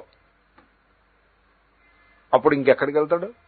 నడవలేడు, నానాహింస పడుతాడు. అప్పుడు నాడా వెతుక్కుంటూ వెనక్కి వస్తాడు. ఆ పడిపోయిన నాడాని మళ్ళీ పికప్ చేయడం కోసం వెతుక్కుంటూ వెనక్కి వస్తుంది. వెనక్కి వచ్చి దీన్ని పట్టుకెళ్ళి మళ్ళీ దాని కాలుకు తొడుగుదా ఉంటే అదేమో అప్పటికే ఇంజురీ అయ్యింది. సో మొత్తానికి ఈ కష్టం అంతా తప్పలేదు, ప్రయాణం చెడింది. He did not reach the goal, everything he suffered, all because of laziness. ఆ కరెక్ట్ పాయింట్లో ఆ లేజినెస్. సో దీన్ని కోతి ఫుడ్ అనేదో సాగుతూ ఉంటుంది. చిన్న గాయం దొరుకోండి, ఆ చిన్న గాయానికి ఏదైనా బ్యాండేడ్ వేసేస్తే you can forget about it. మీరు బ్యాండేడ్ వేయకుండా చూద్దాంలే బ్యాండేడ్ ఎక్కడ దొరుకుతుంది ఇప్పుడు అని దాన్ని అంత చిన్న గాయం కదా అని ఊరుకుంటారు. అది వెట్ సర్ఫేస్, ఆ నీరు అది తగిలి సాయంకాలానికి బాగా ఎక్స్పాండ్ అయ్యి కొంచెం వాచుతుంది. అప్పుడు కూడా ఇగ్నోర్ చేశారనుకోండి, మొన్నటి పొద్దునికి ఇట్ క్యాచెస్ ఇన్ఫెక్షన్. అండ్ ఆ ఇన్ఫెక్షన్ దానికోసం డాక్టర్ దగ్గరికి వెళ్ళి 5 days యాంటీబయాటిక్స్ కోర్స్ ఇంజెక్షన్ తీసుకోవాల్సి ఉంది. గాయం తగిలిన వెంటనే ఒక్కసారి వాటర్తో కడిగేసి తుడిచేసి ఓ బ్యాండేజ్ వేసేసి ఫర్గెట్ ఇట్. అలాంటి స్థితిలో చేయాల్సిన పని చెయ్యక ఇలా చేయి. అలా కాబట్టి చేసే పని ఏదో క్లీన్గా చేయాలి. ఎనీవే, లేకపోతే ఆయాసం మాత్రం. ఆయాసం తప్పదండో. ఫైనల్ గా లేజినెస్ యొక్క అభిప్రాయం ఏమిటి? శ్రమ అక్కర్లేకుండా తప్పించుకుందామని కదా. డబుల్ శ్రమ పడాల్సి ఉంటుంది. పిండదానాద్యనుగ్రహేణ వా సంబధ్యమానాః పితృపితామహ ప్రపితామహాః పుత్రపౌత్ర ప్రపౌత్రాః స్వాత్మోపకారాః సప్తలోకాః. ఈ సప్తలోకాహకి మరో అర్థం వా అథవా, లేకపోతే ఇంకో రకంగా సప్తలోకాన్ హినస్తి. ఇప్పుడు మనకేం చెప్తారంటే, మీరు ఏదైనా పుణ్యం చేశారనుకోండి, మీ పైన 3 తరాలు మీ కింద 3 తరాలు కూడా ఈ పుణ్య ఫలాన్ని అనుభవిస్తారు. కన్యాదానం చేస్తే స్వర్గంలో ఉండే 3 తరాలకి ఆ పుణ్యం లభిస్తుంది. మీ తర్వాత 3 తరాలకి పుణ్యం లభిస్తుంది. 3 + 3 + హిమ్సెల్ఫ్ 7. కరెక్ట్ గా కర్మ చేస్తే 7 తరాలు వాళ్ళు అభివృద్ధిని పొందుతారు అని వర్ణిస్తారు. మరి కరెక్ట్ గా కర్మ చేయకపోతే 7 తరాలు నష్టపోతారు అని కూడా అర్థం చెప్పచ్చు. వన్స్ అగైన్ నిజంగా వీడు పాడు చేస్తే అంతకుముందు యజ్ఞం చేసి చక్కగా స్వర్గంలో ఒక ఆయన కూర్చుని ఉంటాడు, ఆయన ఏమో చక్కగా ఎంజాయ్ చేస్తూ ఉంటాడు. ఈ లోపల వీడి మనవడు యజ్ఞం పాడు చేస్తే ఆయన అక్కడి నుంచి దడేలో పడిపోతాడు. అది కాదు. It's not like that. It only means this much, నీకు రావలసిన పూర్ణ ఫలము రాదు. అలాగే 7 తరాలకు వచ్చేస్తుందన్న చోట కూడా ఇది చాలా గొప్ప కర్మ అనే అభిప్రాయం, మహాఫలం వస్తుందనే కానీ ఒక ఆయన నరకంలో ఉన్నాడు, వీళ్ళ తాతగారు ఈయన ఇక్కడ యజ్ఞం చేసేప్పటికి ఆ నరకం నుంచి డైరెక్ట్ గా హీఈస్ ట్రాన్స్ఫర్డ్ టు స్వర్గం అలాగా కాదు. ఆయన నరకంలో ఉన్నాయని నరకంలోనే ఉంటాడు, స్వర్గంలో ఉన్నాయని స్వర్గంలోనే ఉంటాడు. బట్ ది ఐడియా ఈజ్, నువ్వు కర్మ చేస్తే, ఇప్పుడు ఏదైనా మీరు మంచి పని చేశారనుకోండి, మీ పిల్లలు మనవలు కూడా చాలా అభివృద్ధి. మీరు చక్కటి సెంటర్లో ప్లాట్ ఒకటి కొనిపెట్టారనుకోండి 10 ఏళ్ల క్రితం. సో నాకు తెలుసు ఒక ఆయన బాలనగర్ లో, అసలు బాలానగర్ అంటే what is that, where is that place అని అడిగేవారు. బాలానగర్ ఎక్కడుందండి, ఏమో తెలియదండి ఎక్కడుందనో. బాలానగర్ అనే ఓ బస్తీ కూడా ఉందా ఏమిటి హైదరాబాద్ లో అని అడిగేవారు. నేను హైదరాబాద్ లో దిగి బాలానగర్ ఎక్కడండి అంటే, బాలానగరా వీ డోంట్ నో అంటే, ఒక ఆయన నాకు తెలుసులే బాలనగర్ ఎల్లరా పంతులు గారు అని పిలిచి, ఆ కోటి దగ్గర 125 బస్సు ఎక్కితే అది బాలనగర్ దగ్గర ఆగుతుంది, వాటితో చెప్పు లేకపోతే వెళ్ళిపోతుంది ఆ బాలనగర్ అని అంటే, ఆ బస్సు ఎక్కాను నేను. ఎక్కి ఆ కండక్టర్ తోటి, అయ్యా 120 ఇది బాలానగర్ అంటే ఆ బాలానగర్ వస్తుంది అప్పుడు గుర్తు చేయన్నాడు. బాలానగర్ వచ్చినప్పుడు గుర్తు చేశాను, బాలానగర్ అని అన్నాను. బాలానగర్ దిగన్నాడు. దిగితే ఏమీ లేదు అక్కడ, దేర్ ఇస్ నథింగ్, రియల్ లేదండి, ఏమీ లేదు. అప్పుడు మా మిత్రుడు ఒక ఆయన ఉండేవాడు, ఆయన బాలనగర్ లో ప్లాట్లు ఉన్నాయి ఏమైనా కొంటారా మేస్టార్ అని అడిగారు. బాలనగర్ లో ప్లాట్ ఎందుకయ్యా మనకి, ఏదైనా టౌన్ లో కొనుక్కోవాలి కానీ అని నేనని ఊరుకున్నాను. అంటే ఆయన ఫోన్లో ఖాళీగా ఉన్నాయి, గజం పావలాట, సో రూపాయికి 4 గజాలు 1000 గజాలు ఏం పెద్ద కాదు, 100లోనే పొలాటో, 100లే, రియల్ యూ బిలీవ్ మీ. ఏం పావులాయో రూపాయి పావులాయో సంథింగ్ లైక్ దాట్, 10 రూపాయలు కాదు, రూపాయి పావులాయో 2 రూపాయలు పావులాయో. ఆయన ఏం చేశాడంటే ఫోన్లో పనికొస్తుంది అని 1000 గజాలు కొన్నాడు. ఆయన తర్వాత తరాల వాళ్ళకి 3, ఇప్పుడు ఆ 1000 గజాలు ఇప్పుడు 1 కోటి రూపాయలు ఖరీదు. ఇప్పుడు ఆ బాలానగర్ అంటే అది మన కోటి తర్వాత మళ్ళీ కోటి అంత ఉంటుంది బాలానగర్, అంత రష్గా. సో చేసిన కర్మకి కొడుకులు మనవాళ్ళు కూడా అభివృద్ధి పొందుతారు. అలాగే యజ్ఞయాగాది కర్మలు కూడా. ఒకప్పుడు మనం పొందే భాగ్యం అంతా కూడా మన పెద్దలు చేసిన పుణ్యం వల్ల మనం ఈ భాగ్యాన్ని పొందుతున్నాము అని అంటారు. కర్మ సిద్ధాంతం అంతా కర్మ బేస్డ్ కల్చర్ కదా. సో ఆ రకంగా మనం పుణ్యం చేస్తే మరి 7 తరాలు అభివృద్ధి చెందుతారు. మరి అదే పొరపాటుగా చేస్తే 7 తరాలకి వెళ్లాల్సిన లాభం వెళ్లకుండా ఆగిపోతుంది అని ఇప్పటికీ చాలా మంది అంటూ ఉంటారు. ఏమనంటారో తెలుసిన, ఆనాడు నేను బాలనగర్ లో అలా చేతికొచ్చిన ప్లాట్ వదిలిపెట్టేశానండి, ఏం చెప్పమంటారు, బ్యాడ్ లక్ అలాగే ఉంటుంది అని ఇంటికి వెళ్ళి ఆ పూట భోజనం కూడా సరిగ్గా చేయకుండా దుఃఖిస్తూ పడుకోలు ఎదురుపోవడం. అంత రిగ్రెట్ అంటే అలా ఉంటుంది. It is the regret. ఎందుకంటే ఇతగాడు కొలీగ్ ఊరికే మాట వరుసకి కోటీశ్వరుడు అయిపోతాడు. అలా మా మిత్రుడు ఒక ఆయన ఉండేవాడు. సార్ నేను ఆయన కలిసి కాచిగూడ చౌరస్తాలో నడిచి వెళ్తుంటే, నెక్స్ట్ ఆ మేడ చూడండి అన్నాడు. 5 అంతస్తులు. ఆ రోజుల్లో మరి 5 అంతస్తులు అంటే చాలా గొప్ప. అబ్బా చాలా పెద్ద మేడ అండి అది, ఒకప్పుడు నాదేనండి, ఒకప్పుడు అయిండేది. అయ్యో మరి బంగారం లాంటి మేడ ఎందుకు అమ్మేశారండి? అబ్బే నేను అమ్మినప్పుడు 5 అంతస్తులు లేదు, ఒకే అంతస్తు ఉండేది, ఒకటే ఇల్లు. ఎందుకునో అప్పుడు ఉంటే కాచిగూడ మనకెందుకులే, కాచిగూడ ఎటు కాకుండా మూల ఉంది అని అమ్మేశాను. ఇప్పుడు మరి కాచిగూడలో ఆ మేడ ఖరీదు కాస్ట్ క్రోర్స్ ఆఫ్ రూపీస్. జీవితంలో చాలా పెద్ద పొరపాటు ఏదైనా ఒకటి చేస్తే అది అట్ట పెట్టుకుని ఉన్నట్లయితే ఈ ఉద్యోగాలు అవి చేయక్కర్లేకపోయేది అని పాప ఆయన బాధపడ్డ. సహజమే కదా. సో ఈ విధంగా మనం చేసిన కర్మ ఎఫెక్ట్ పెద్దవాళ్ల మీద పడుతుంది, తర్వాత తరం మీద కూడా పడుతుంది. అదే మరి పుణ్యకర్మ కూడా సేమ్ ప్రిన్సిపల్ అప్లై అవుతుంది. సప్తలోకం ఏమిటా సప్త? పితృ పితామహ ప్రపితామహ, తండ్రి తాత ముత్తాత, పుత్ర పౌత్ర ప్రపౌత్ర, కొడుకు మనవడు ముని మనవడు, స్వాత్మోపకారా. ఆ చేసుకునే ఉపకారం ఏదో కొంత ఉపకారం తనకు కూడా చేసుకుంటాడు. స్వాత్మ, ఆత్మ అంటే సచ్చిదానంద ఆత్మ ఏం కాదు, as an individual. These are the 7 lokas. All the people would have got a wonderful benefit వీడు కనుక కరెక్ట్ గా కర్మ చేస్తే. ఇప్పుడు ఎవరికి ఏ బెనిఫిట్ లేదు. సప్తలోకాన్ హినస్తి. ఉక్త ప్రకారేణ అగ్నిహోత్రాదినా నభవంతీతి హింస్యంత ఇత్యుచ్యతే. హింస్యంతే అంటే అక్కడేదో హింస ఉందని, నెత్తి మీద పిడుగు పడుతుందని మీరు ఆ రకంగా ఏమీ దానికి వ్యాఖ్యానం చేసుకోవద్దు. There is no violence involved. హింస్యంతే అంటే రావాల్సినవి ఉండవు. ఒక్క ప్రకారైన అగ్నిహోత్రాదిన, పైన చెప్పినట్టుగా అగ్నిహోత్రం మొదలైన కర్మలని అవకతవకగా చేసినట్లయితే ఉండాల్సిన లోకాలు 7 ఉండవు. ఏ తరాలకి లాభం కలగాలో ఆ తరాలకి లాభం కలగదు అని ఆ విధంగా నింద. అవకతవకగా కర్మ చేస్తే చాలా హాని అని నింద. తర్వాత కాళీ కరాళీచ మనోజవాచ సులోహిత యాచ సుధూమ్రవర్ణా స్ఫులింగిని విశ్వరుచీచ దేవి. దేవి అనే ఉంది కదా, ఓకే.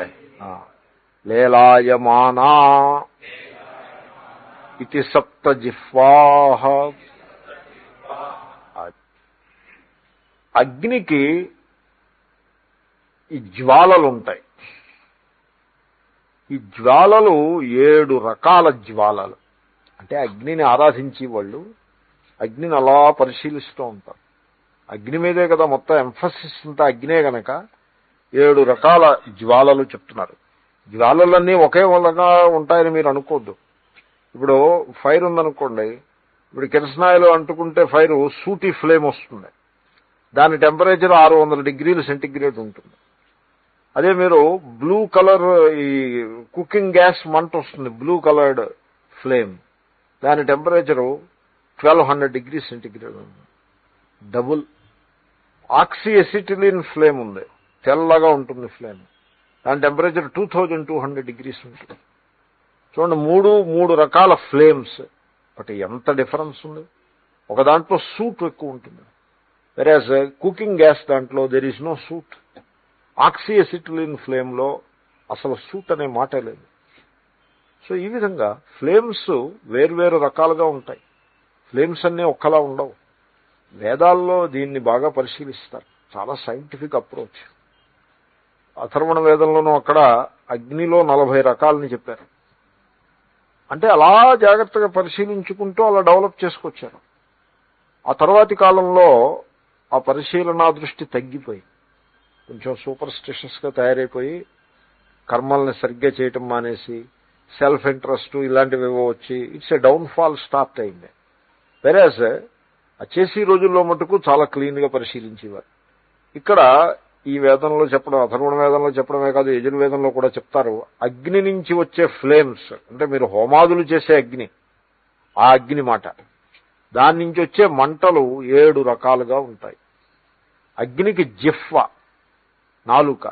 ఇప్పుడు మనం ఏదైనా డ్రింక్ ఏదో ఉందనుకోండి, మనకు ఆఫర్ చేస్తే మనం దేనితో ఆస్వాదిస్తాము? నాలుకతో ఆస్వాదిస్తాం. అలాగే అగ్నికి మీరు ఆఫర్ చేసేటువంటి నెయ్యిని అగ్ని నాలుకని చాచి ఆ నెయ్యిని ఆస్వాదిస్తాడు అని అలా పొయిటిక్ గా వర్ణిస్తారు. అగ్నికి నాలుక ఏమిటంటారు? ఆ జ్వాలయే. అంచేతనే మీరు నెయ్యి వేస్తుంటే జ్వాల జమ్మును పైకి వేస్తుంది. అంటే అగ్ని ఆ నెయ్యిని, ఇప్పుడు ఆవు ముందు మీరు అరటిపండు పెట్టారనుకోండి, టక్కమని ముందుకు వచ్చి నాలుకను రాజా అరటిపండు లాక్కుంటుంది. ఆ రకంగా అగ్నిహోత్రుడు విజృంభించి పైకి ఎగసి మీ చేతుల్లోంచి ఆ నెయ్యిని లాక్కుంటున్నాడా అన్నట్టుగా ఆ జ్వాల ప్రకాశిస్తుంది. సో ఆ జ్వాలల్లో ఉండే రకాలు 7. కాళీ, దాని పేరును బట్టి కొంచెం ఐడియా వస్తుంది. ఊరికే పేర్లు అవి. బట్ ఎటువంటి పేర్లు అంటే ఎటిమలాజికల్ మీనింగ్ ఉన్న పేర్లు, యోగనామధేయాలు. ఊరికే ఏదో పెట్టుడు పేర్లు కాదు. కాళీ అంటే జ్వాల ఉంటుంది. It is more black in colour. అంటే పొగ ఎక్కువగా ఉండి జ్వాల ఓఫీసర్ ఉంటుంది మధ్యలో. కాళీ. కరాళీ, కరాళీ అంటే ఆ జ్వాల వచ్చినప్పుడు కనుక మీరు కొంచెం అజాగ్రత్తగా ఉంటే చేయకాదు, అలా మీదకి దూకినట్టుగా వస్తుంది. మీరు అనుకున్న దానికంటే చాలా ఎక్కువ వేడి ఉంటుంది. అజాగ్రత్తగా ఉంటే చెయ్యి కాలుతుంది, లేకపోతే మొహం అంతా కూడా మండిపోతుంది. అలాంటి భయాన్ని కొల్పేటువంటి జ్వాల మనోజవ. ఇంకో జ్వాల వస్తుంది, అలా వచ్చి అలా మాయమవుతుంది. వస్తూ ఉంటే మీరు రోజు హోమాలు చేస్తుంటే అన్ని రకాల జ్వాలలో కనపడతాయి. ఆ జ్వాల అలా వస్తుంది, మాయమవుతుంది, అలా చూస్తుండగానే మాయమవుతుంది. అంటే ఇనఫ్ హాట్ గ్యాసెస్ చాలలేదనమాట దానికి సస్టైన్ చేయడానికి. జ్వాలను సస్టైన్ చేయాలంటే continuous flow of hot gases ఉంటే సస్టైన్ అవుతుంది. అలా కాకుండా ఉరికి అలా అలా జ్వాల వస్తుంది, అలా మాయం అవుతుంది. అప్పుడప్పుడు ఈ గ్యాస్ పొయ్యిల్లో కూడా మనకు కనబడుతూ ఉంటాయి ఇటువంటివి. అది మనోజవ, చాలా వేగంగా వచ్చి మాయమైపోతుంది. సులోహిత, బాగా ఎర్రటి జ్వాల. సుధూమ్రవర్ణ అంటే పొగ పెర్సంటేజ్ ఎక్కువైతే కాలి, పొగ పెర్సంటేజ్ తక్కువైతే బూడిద రంగు జ్వాల. బూడిద రంగు ఉంటుంది, జ్వాల అంటే ఎరుపు ఉంటుంది, అసలు ఎర్రగా ఉండదని అభిప్రాయం కాదు, బూడిద రంగుతో మిశ్రితమై ఉంటుంది. అటువంటిది సుధూమ్రవర్ణ. స్ఫులింగిని, కొన్ని జ్వాలలు చిన్న చిన్న మినుగురులని విసురుతాయి ఆకాశంలో.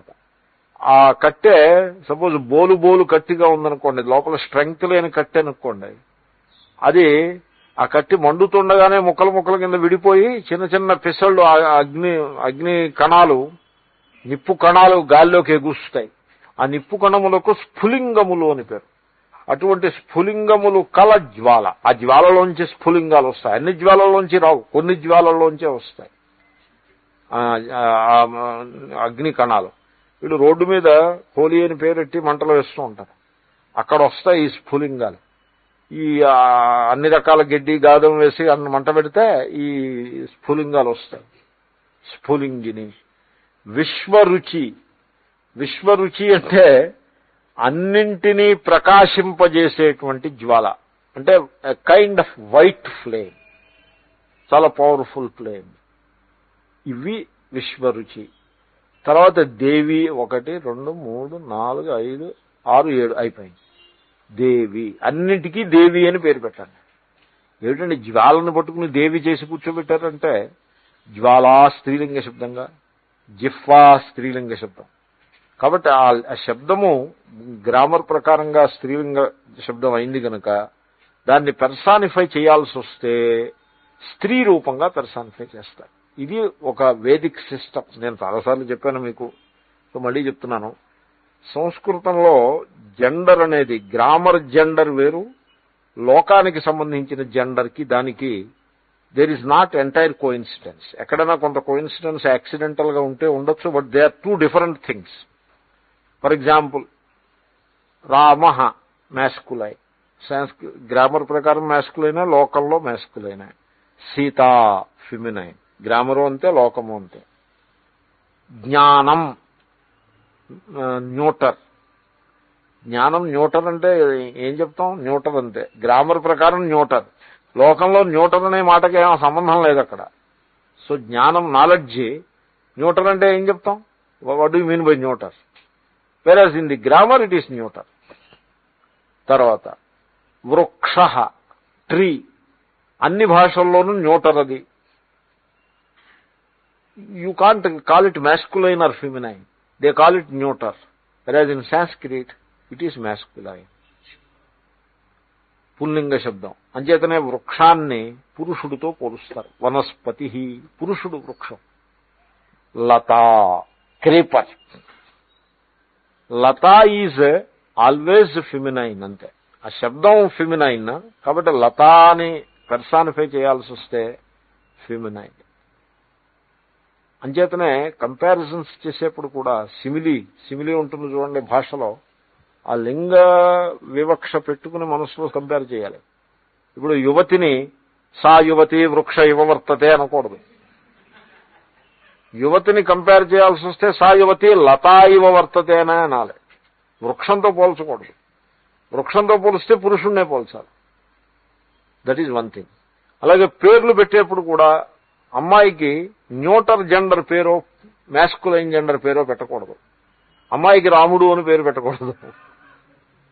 న్యూటర్ స్త్రీలింగ శబ్దమే పెట్టాలి. జ్యోతి అని పేరు పెట్టకూడదు. జ్యోతి నపుంసకలింగ శబ్దం. దేవి అని పెట్టాలి స్త్రీలింగ శబ్దం. పుల్లింగ శబ్దమో ఏదో పెట్టకూడదు.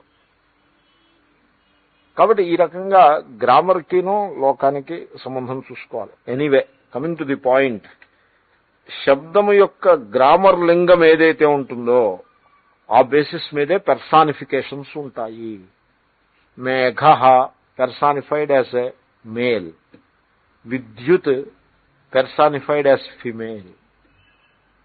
ఎందుకంటే విద్యుత్ శబ్దం స్త్రీలింగ శబ్దం, మేఘ శబ్దం పుల్లింగ శబ్దం. On that basis. అంతేగాని otherwise what is the gender for cloud and what is the gender for lightning, అలాగా. ఇప్పుడు జ్వాల పెర్సానిఫై చేయాలంటే ఎలా పెర్సానిఫై చేయాలి? దేవి అని పెర్సానిఫై చేయాలి. దేవ అనకూడదు. అగ్ని దేవ,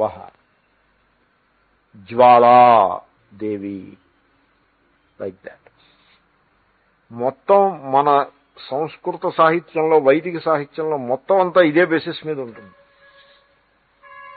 అయితే ఈ ఫౌండేషన్ తెలియకపోతే మనం అనుకుంటాం there are so many males and females ఉన్నారు అన్నట్టుగా మనం భావం చేస్తాం. It is not that so many males and females are sitting in different places. That is not the idea. The idea is all is a collection of cosmic powers. Cosmic, ప్రతిదీ cosmic పవరే. అగ్ని cosmic power, వాయువు cosmic power, విద్యుత్ cosmic power, sun cosmic power. Everything is a different aspect of cosmic power. అయితే మరి పుమ్ స్త్రీ అనే భేదం ఎక్కడి నుంచి వచ్చిందంటే ఆ వర్డ్ని బట్టి, కేవలం గ్రామర్ని బట్టి. పాణిని గారు దాన్ని పుల్లింగం చేస్తే ఇక్కడ పురుష దేవతగా చెప్తాం. దాన్ని స్త్రీలింగం అని ఆయన చేస్తే, పాణిని అంటే వ్యాకరణాన్ని బోధించిన మహర్షి, ఆయన స్త్రీలింగ శబ్దంగా పెడితే మనం స్త్రీలింగంగా భావన చేస్తాం. పెర్సానిఫికేషన్స్ అన్నీ అలాగే ఉంటాయి. అంచేతనే మాయా అన్నది స్త్రీ. మాయా అన్నది వీళ్ళకి స్త్రీల మీద చిన్న చూపు చేతన మాయాని స్త్రీ చేశారని మీరు అనుకోద్దు. మాయా శబ్దం స్త్రీలింగం. అంచేతన మాయా ఈజ్ స్త్రీ. లక్ష్మీ స్త్రీ. లక్ష్మీ అంటే వెల్త్ అని అర్థం. Why wealth should be feminine? Why not wealth masculine? పోనీ డబ్బు సంపాదించేవాడు మొగాడైతే పోనీ మ్యాస్క్యులైన్ అవ్వచ్చు. No, wealth is feminine. Why అంటే అక్కడ ఎవరో ఒక ఆవిడ ఉందని. That is not the idea. The idea is Lakshmi. Lakshmi శబ్దము స్త్రీలింగ శబ్దం. శ్రీ శబ్దం స్త్రీలింగ శబ్దం. For that reason it is personified as a lady, as a woman. All personifications are like that. So ఇక్కడ జ్వాల అన్నది స్త్రీలింగ శబ్దం గనక దేవి. లేలాయమానాహ ఇది సప్తజిహ్వాహ. లేలాయమానాహ అంటే మొన్న చెప్పినట్టున్నాను, చలత్యర్చి. ఆ మంట ఇలా ఇలా ఇలా ఇలా కదులుతూ ఉంటుంది, పాము మెలికలు తిరిగినట్టుగా. అలాగే ఈ జిహ్వలు, అగ్నిహోత్రుని యొక్క జిహ్వలు ప్రకాశిస్తున్నాయి అని హోమం చేసేటువంటి అగ్నిని గొప్పగా వర్ణించారు. అగ్నికి 7 జిహ్వలు ఉంటాయి. ఇది సప్త జిహ్వాహని కర్మకాండలోని సప్త. ఇది జ్ఞానకాండలో ఓ సప్త ఉంది.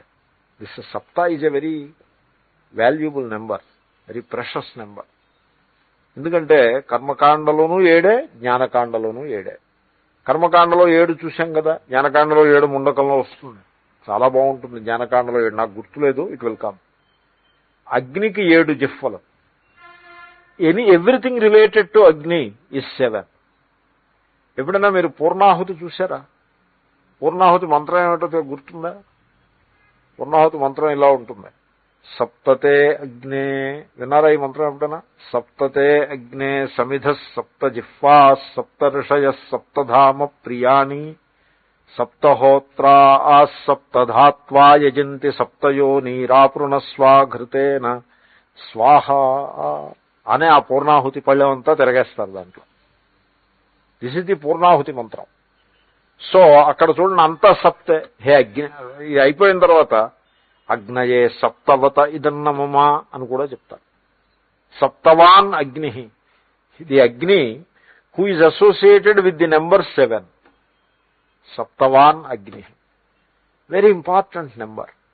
ఎలాగా? సప్తతే అగ్నే సమిధ. హే అగ్నే, తే సమిధ సప్త, నీకు 7 సమిధలు. సమిధులు అంటే పుల్లలు, twigs. So నయ్యగ్రోధ ఔదుంబర ఆశ్వత్థ ప్లాక్ష 4.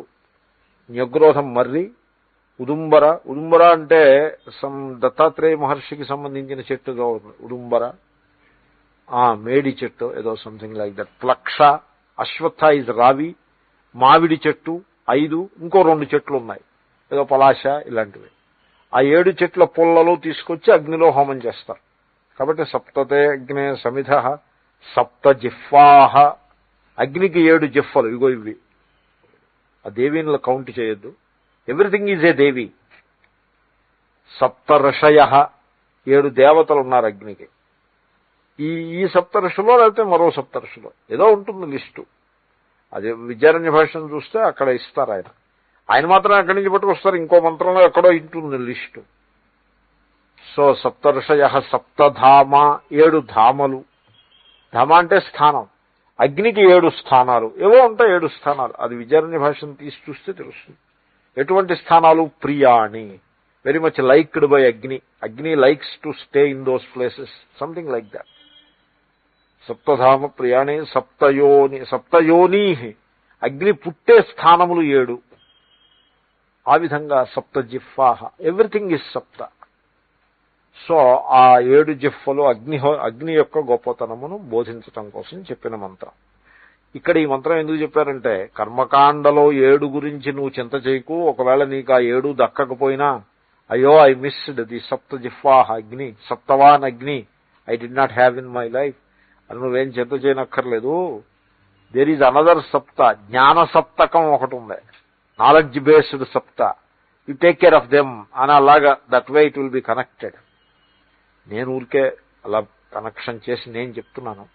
So this is the సప్త, కర్మకాండ యొక్క మహిమని బోధించేటువంటి సప్త. కొంతమంది మన తెలుగులో సప్త is not a good figure అని తెలుగులో ఒక భ్రాంతి ఉంది. దానికి కారణం ఏమిటో తెలుసునండి. సప్తకి తెలుగులో 7 అని అంటారు. ఏడవడం అనే క్రియాపదం ఒకటి ఉంది, ఏడ్చుట. ఆ ఏడ్చుటలో చకారం ఉంటుంది, కానీ నువ్వు 7 అని అంటూ ఉంటారు కదా, ఆ ఏడవడం. కాబట్టి 7 అంటే ఏడుపు వచ్చేస్తుందేమో, ఏడవాలంటే కష్టం వస్తుందేమో అని అంతా సూపర్ స్టిషన్ తప్ప ఇంకేం లేదు. అంచేతనే కొబ్బరికాయ లెక్క పెట్టేప్పుడు ఒకటి అనరు, లాభం అంటారు.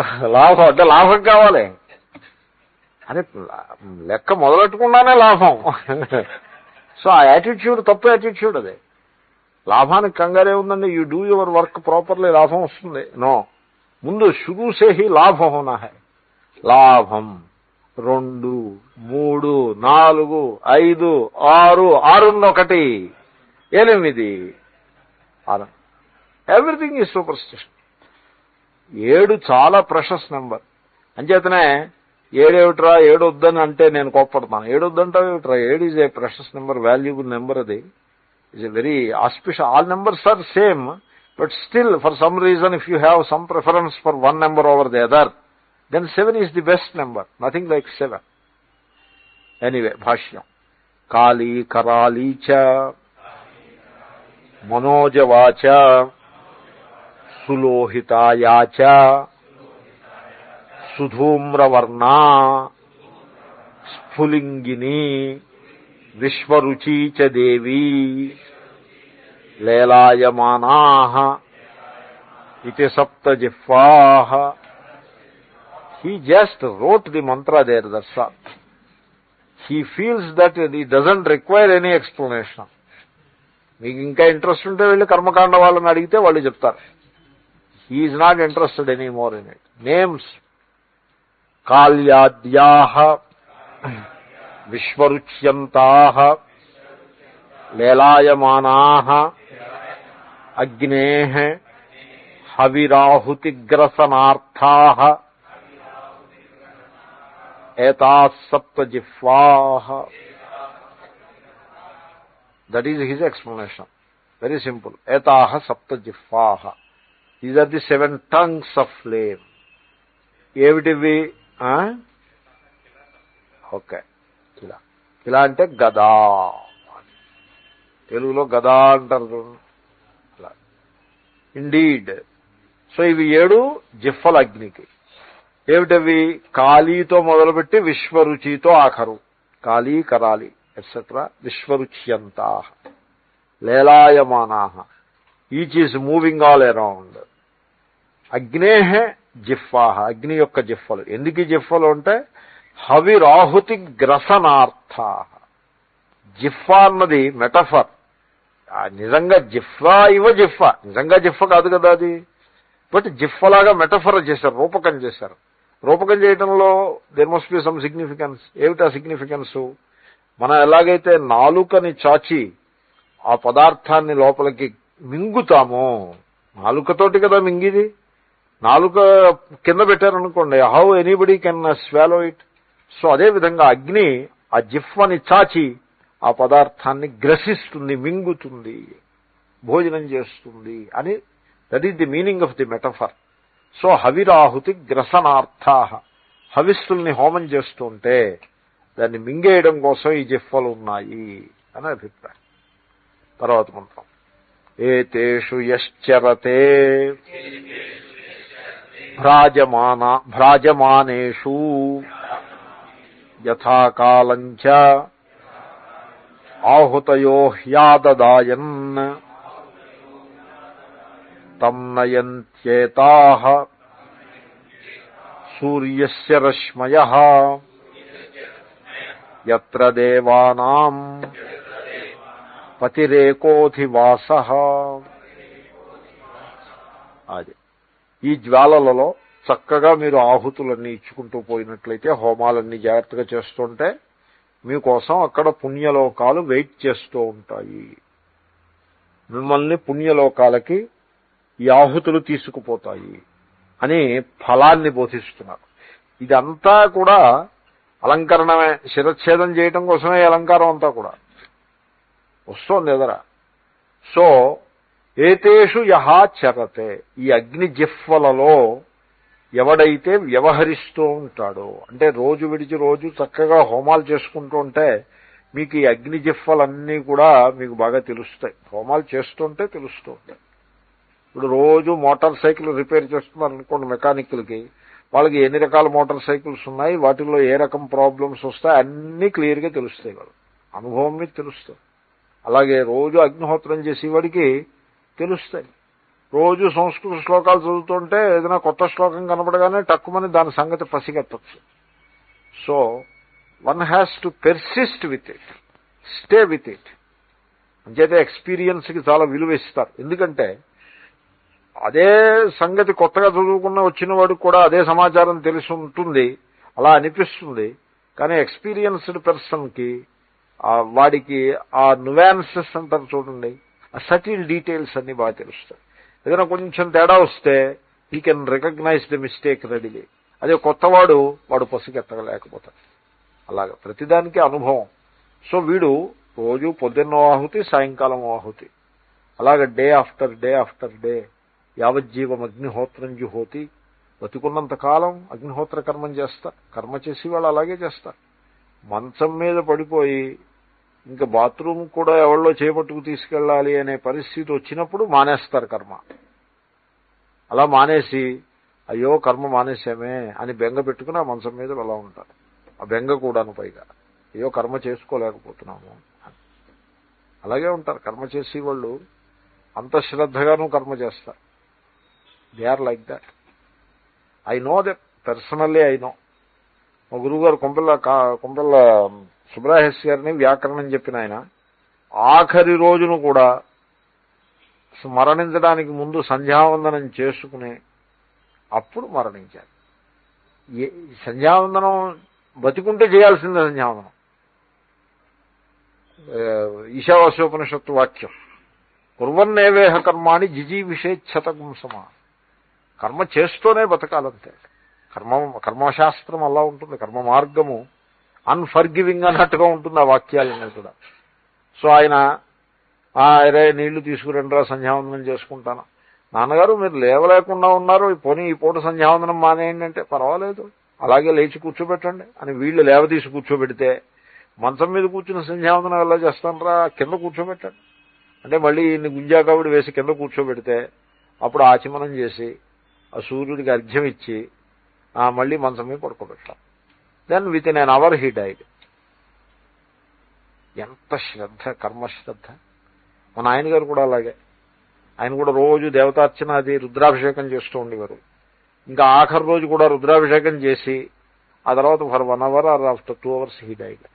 Refuse to join hospital. No hospital, nothing. ఎందుకంటే హాస్పిటల్లో జాయిన్ చేశారనుకోండి కర్మ ఎక్కడ కుదురుతుంది? No hospital. హాస్పిటల్ అక్కర్లేదు, ఏమక్కర్లేదు. ఇంకా మనం ఇంకా బతకమనే సంగతి తెలిసిపోతుంటే దీనికోసం హాస్పిటల్ ఎందుకు? హాస్పిటల్ కావాలన్నా కూడా దొరకదు. పల్లెటూళ్ళలో హాస్పిటల్స్ ఎక్కడ ఉంటాయి?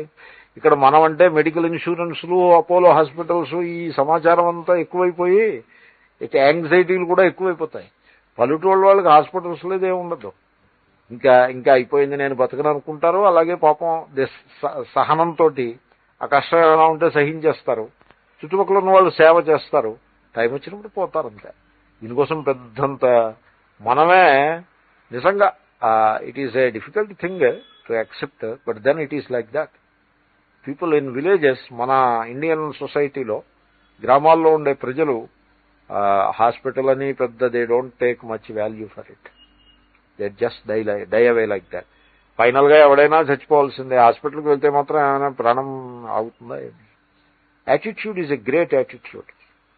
సో బతికున్నంతకాలం కర్మ చేయటం అంట. కర్మకి కట్టుబడి ఉన్నాము, కర్మ చేసేయటం. They do like that. So ఏతేషు యహ చరతే, చరతే అంటే అర్థం అదే. చరతే అని లౌకిక ప్రయోగం ఉండదు, చరతి అని ఉంటుంది. కాబట్టి Mundaka is like that throughout ఆత్మనేపద. సో చరతే, he lives in that. He lives in the company of those 7 tongues of flame. పొద్దున్న అగ్నిహోత్రం, సాయంకాలం అగ్నిహోత్రం, డే ఆఫ్టర్ డే, యావజ్జీవం అగ్నిహోత్రజ్ఞహోతి. బతికుంటే చాలు అంతే, అగ్నిహోత్రం చేస్తూ ఉండడం. అలాగే ఎవడైతే చరతే, వాటిల్లో సంచరిస్తూ ఉంటాడో, ఎటువంటి జిహ్వలు? భ్రాజమానేషు, చక్కగా దివ్యంగా ప్రకాశించే అగ్ని జిహ్వలు. ఎందుకు ప్రకాశిస్తున్నాయో తెలుసునా? వీడు ఆహుతులు ఇస్తుంటే ప్రకాశిస్తూ ఉంటాయి. యథాకాలం ఆహుతయ ఆదదాయన్, ఆహుతుల్ని తీసుకొచ్చి సమర్పిస్తూ ఉంటాడు కరెక్ట్ గా, యథాకాలం, ఇన్ టైం. అంతకుముందు చెప్పిన దానికి ఆపోజిట్. అంతకుముందు లోకాలు చెడిపోతాయని చెప్పారుగా, ఇప్పుడు లోకాలని పొందుతాడు వీడు. అలా చేస్తుంటే అప్పుడు ఏమవుతుందంటే తం నయంతి ఏతాహ, ఈ ఆహుతులు వీణ్ణి స్వర్గలోకానికి తీసుకుపోతాయి. ఆహుతులు ఎలా తీసుకెళ్తాయండి అంటే సూర్యస్య రశ్మయ, ఈ ఆహుతులు సూర్యుని కిరణముల రూపంగా మారి తీసుకెళ్తాయి. ఎందుకంటే వేదంలో సూర్యుడు అగ్ని ఒకదానికి ఇంకోదానికి భేదం లేదు అన్నట్టుగా ప్రతిపాదన చేస్తారు. ఆదిత్య సర్వోగ్ని పృథివ్యాం అనో మంత్రం ఒకటి ఉంది. ఆదిత్య హృదయంలో కోట్ చేశాను ఈ మంత్రం. సర్వ పృథివ్యాం అగ్ని ఆదిత్య. ఈ పృథివీ మీద ఎక్కడ అగ్ని ఉన్నా అదంతా కూడా ఆదిత్యుడే, which is true, which is correct. ఎందుకంటే ఈ మొత్తం ఈ ఆదిత్య మండలం ఏదైతే గ్రహమండలం కలదో దాంట్లో ఎక్కడ మీకు వేడి ఉన్నా అది ఆదిత్యం నుంచే వస్తుంది. కాబట్టి అగ్ని ఉంది అంటే అది ఆదిత్యుడే. చెట్లు ఇవన్నీ కూడా ఫోటోసింథసిస్ ప్రకారం ఎనర్జీ వాటిలోకి వస్తుంది. అదే మనం మంట కింద తయారు చేస్తాం. కాబట్టి ఆదిత్యుడే. ఇక్కడ ఆహుతిస్తే మీరు అగ్ని జ్వాల, it is nothing but a kind of manifestation of the sun's power. కనుక ఈ అగ్ని ఆహుతులు ఆ సూర్యుని యొక్క కిరణముల రూపంగా మారుతాయి. మారి ఏమంటే ఇక్కడికి హెవెన్ కి కనెక్షన్ ఏమిటో చెప్పండి? Sunlight, direct sunlight is the connection.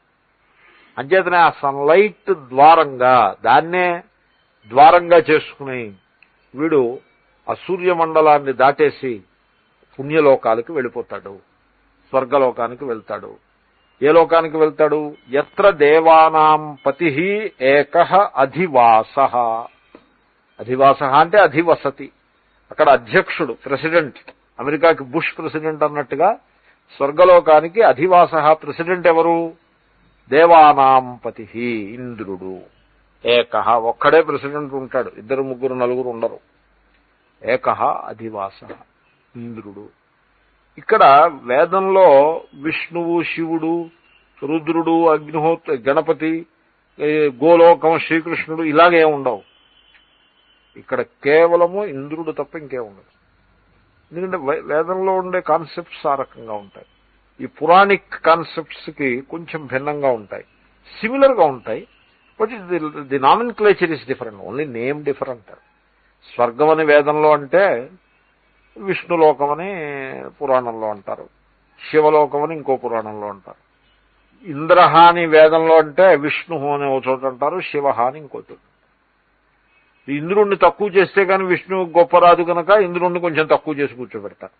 తక్కువ ఎలా చేస్తారు? ఇంద్రుడు వచ్చి విష్ణువుకి దండం పెట్టి వెళ్తూ ఉంటాడు అని ఇలాగేదో కథ చెప్తే అక్కడికి ఇంద్రుడు తగ్గుతాడు, విష్ణువు పొజిషన్లోకి వస్తాడు. ఆ విష్ణువు వెళ్ళి మా శివుడి దగ్గర కాపలా కాసి వస్తాడు అని శివపురాణం వాళ్ళు చెప్తారు. అప్పుడు విష్ణువు కొంచెం వాల్యూ తగ్గి శివుడికి పెరుగుతుంది. మీరే నాడు అలా చెప్పింది మేము చెప్తామని వీళ్ళు ఇంకో మాట చెప్తారు. నామిన్క్లేచర్ అంతే, ఆల్ నేమ్స్, డిఫరెంట్ నేమ్స్ తప్ప ఇంకేం లేదు. Anyway, but the concept is same. So ఎత్ర దేవానాం పతి ఏకః అధివాసః, దేవానాం పతి ఇంద్రః అధివాసః, ఆయన అధ్యక్ష స్థానంలో ఉంటాడు అంటే స్వర్గము అని అభిప్రాయం. అక్కడికి ఈ యజమానుడు ఈ ఆహుతులన్నీ ఇచ్చిన ఆయన ఆ పుణ్య బలం చేత అక్కడికి చేరుకుంటాడు. ఎంత బిల్డప్ ఇస్తున్నారో చూడండి. బిల్డప్ అంటారు, బిగ్ బిల్డప్. కూల్చి ముందు ఒక పెద్ద బిల్డప్ ఇచ్చి తర్వాత కూర్చుంటాం. అందాం భాష్యం. ఏతేషు అగ్నిజిహ్వాభేదేషు యః అగ్నిహోత్రీ చరతే కర్మ ఆచరతి. అది ఏతేషు చరతే. ఏతేషు అంటే వీటి యందు, ఇవి అంటే అగ్నిజిహ్వాభేదేషు, వేర్వేరు అగ్నిజిహ్వలు చెప్పారు కదా 7, వాటి యందు. ఎవరు? యహ అగ్నిహోత్రీ చరతే. యహ అంటే whosoever. Who is that whosoever? అగ్నిహోత్రీ, అహితాగ్నులు అంటారు. అగ్నిహోత్రం చేసేటువంటి వైదికుడు. చరతే, చరతే అంటే కర్మ ఆచరతి, అగ్నిహోత్ర కర్మని చక్కగా చేస్తూ ఉంటాడు. అగ్నిహోత్రాది ఆచరతి. కేవలం అగ్నిహోత్రం ఒక్కటి చేస్తే చాలదుగా.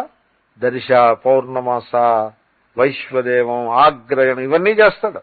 మరి అవన్నీ చేయకపోతే అది లోటే. అంచేతనే శంకరులు అగ్నిహోత్రాది అన్నారు. ది హోల్ లిస్ట్ ఏదైతే ఉన్నదో అవన్నీ చేస్తూ ఉంటాడు. ఎటువంటి జిహ్వలవి?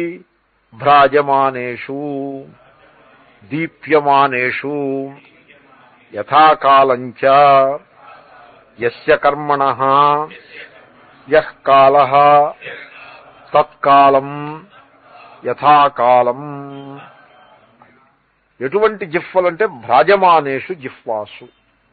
సో ఏతేషు జిహ్వాసు దీప్యమానేషు, చక్కగా వెలిగిపోయేటువంటి జిహ్వలు. అంటే జిహ్వలు వెలిగిపోతున్నాయి అంటే వాటి నుంచి వచ్చే ఫలం కూడా అలా తేజోమయంగా ఉంటుంది. తేజోలోకములు. ఎలా చేశాడు? యథాకాలం. Important, time is important. అంచేతనే మీకు సంబంధ భాష్యంలో చెప్పాను, జ్ఞానానికి కాల నిమిత్తం ఏం లేదు, కర్మకి కాల నిమిత్తం. జ్ఞానం ఎప్పుడైనా తీసుకురావచ్చు, జ్ఞానానికి కాలంతో సంబంధం ఏం లేదు. ఎందుకంటే వస్తువు కాలానికి అతీతమైంది. అదే కర్మ కాలము యొక్క పరిధికి లోబడి ఉంటుంది కనుక కర్మకి కాలం ఇంపార్టెంట్. దేశము, కాలము దే బికమ్ ఇంపార్టెంట్. ఎక్కడ పడితే అక్కడ కర్మ చేయకూడదు. వైదిక కర్మ. ఎందుకంటే యజ్ఞభూమి, భారత భూమి యజ్ఞభూమి, కర్మభూమిది. అమెరికా కర్మభూమి కాదు, అది భోగభూమి. అక్కడ కర్మలు ఏం చేస్తారు? కాబట్టి కర్మలు చేస్తే ఇండియా వెళ్ళి చేయండి.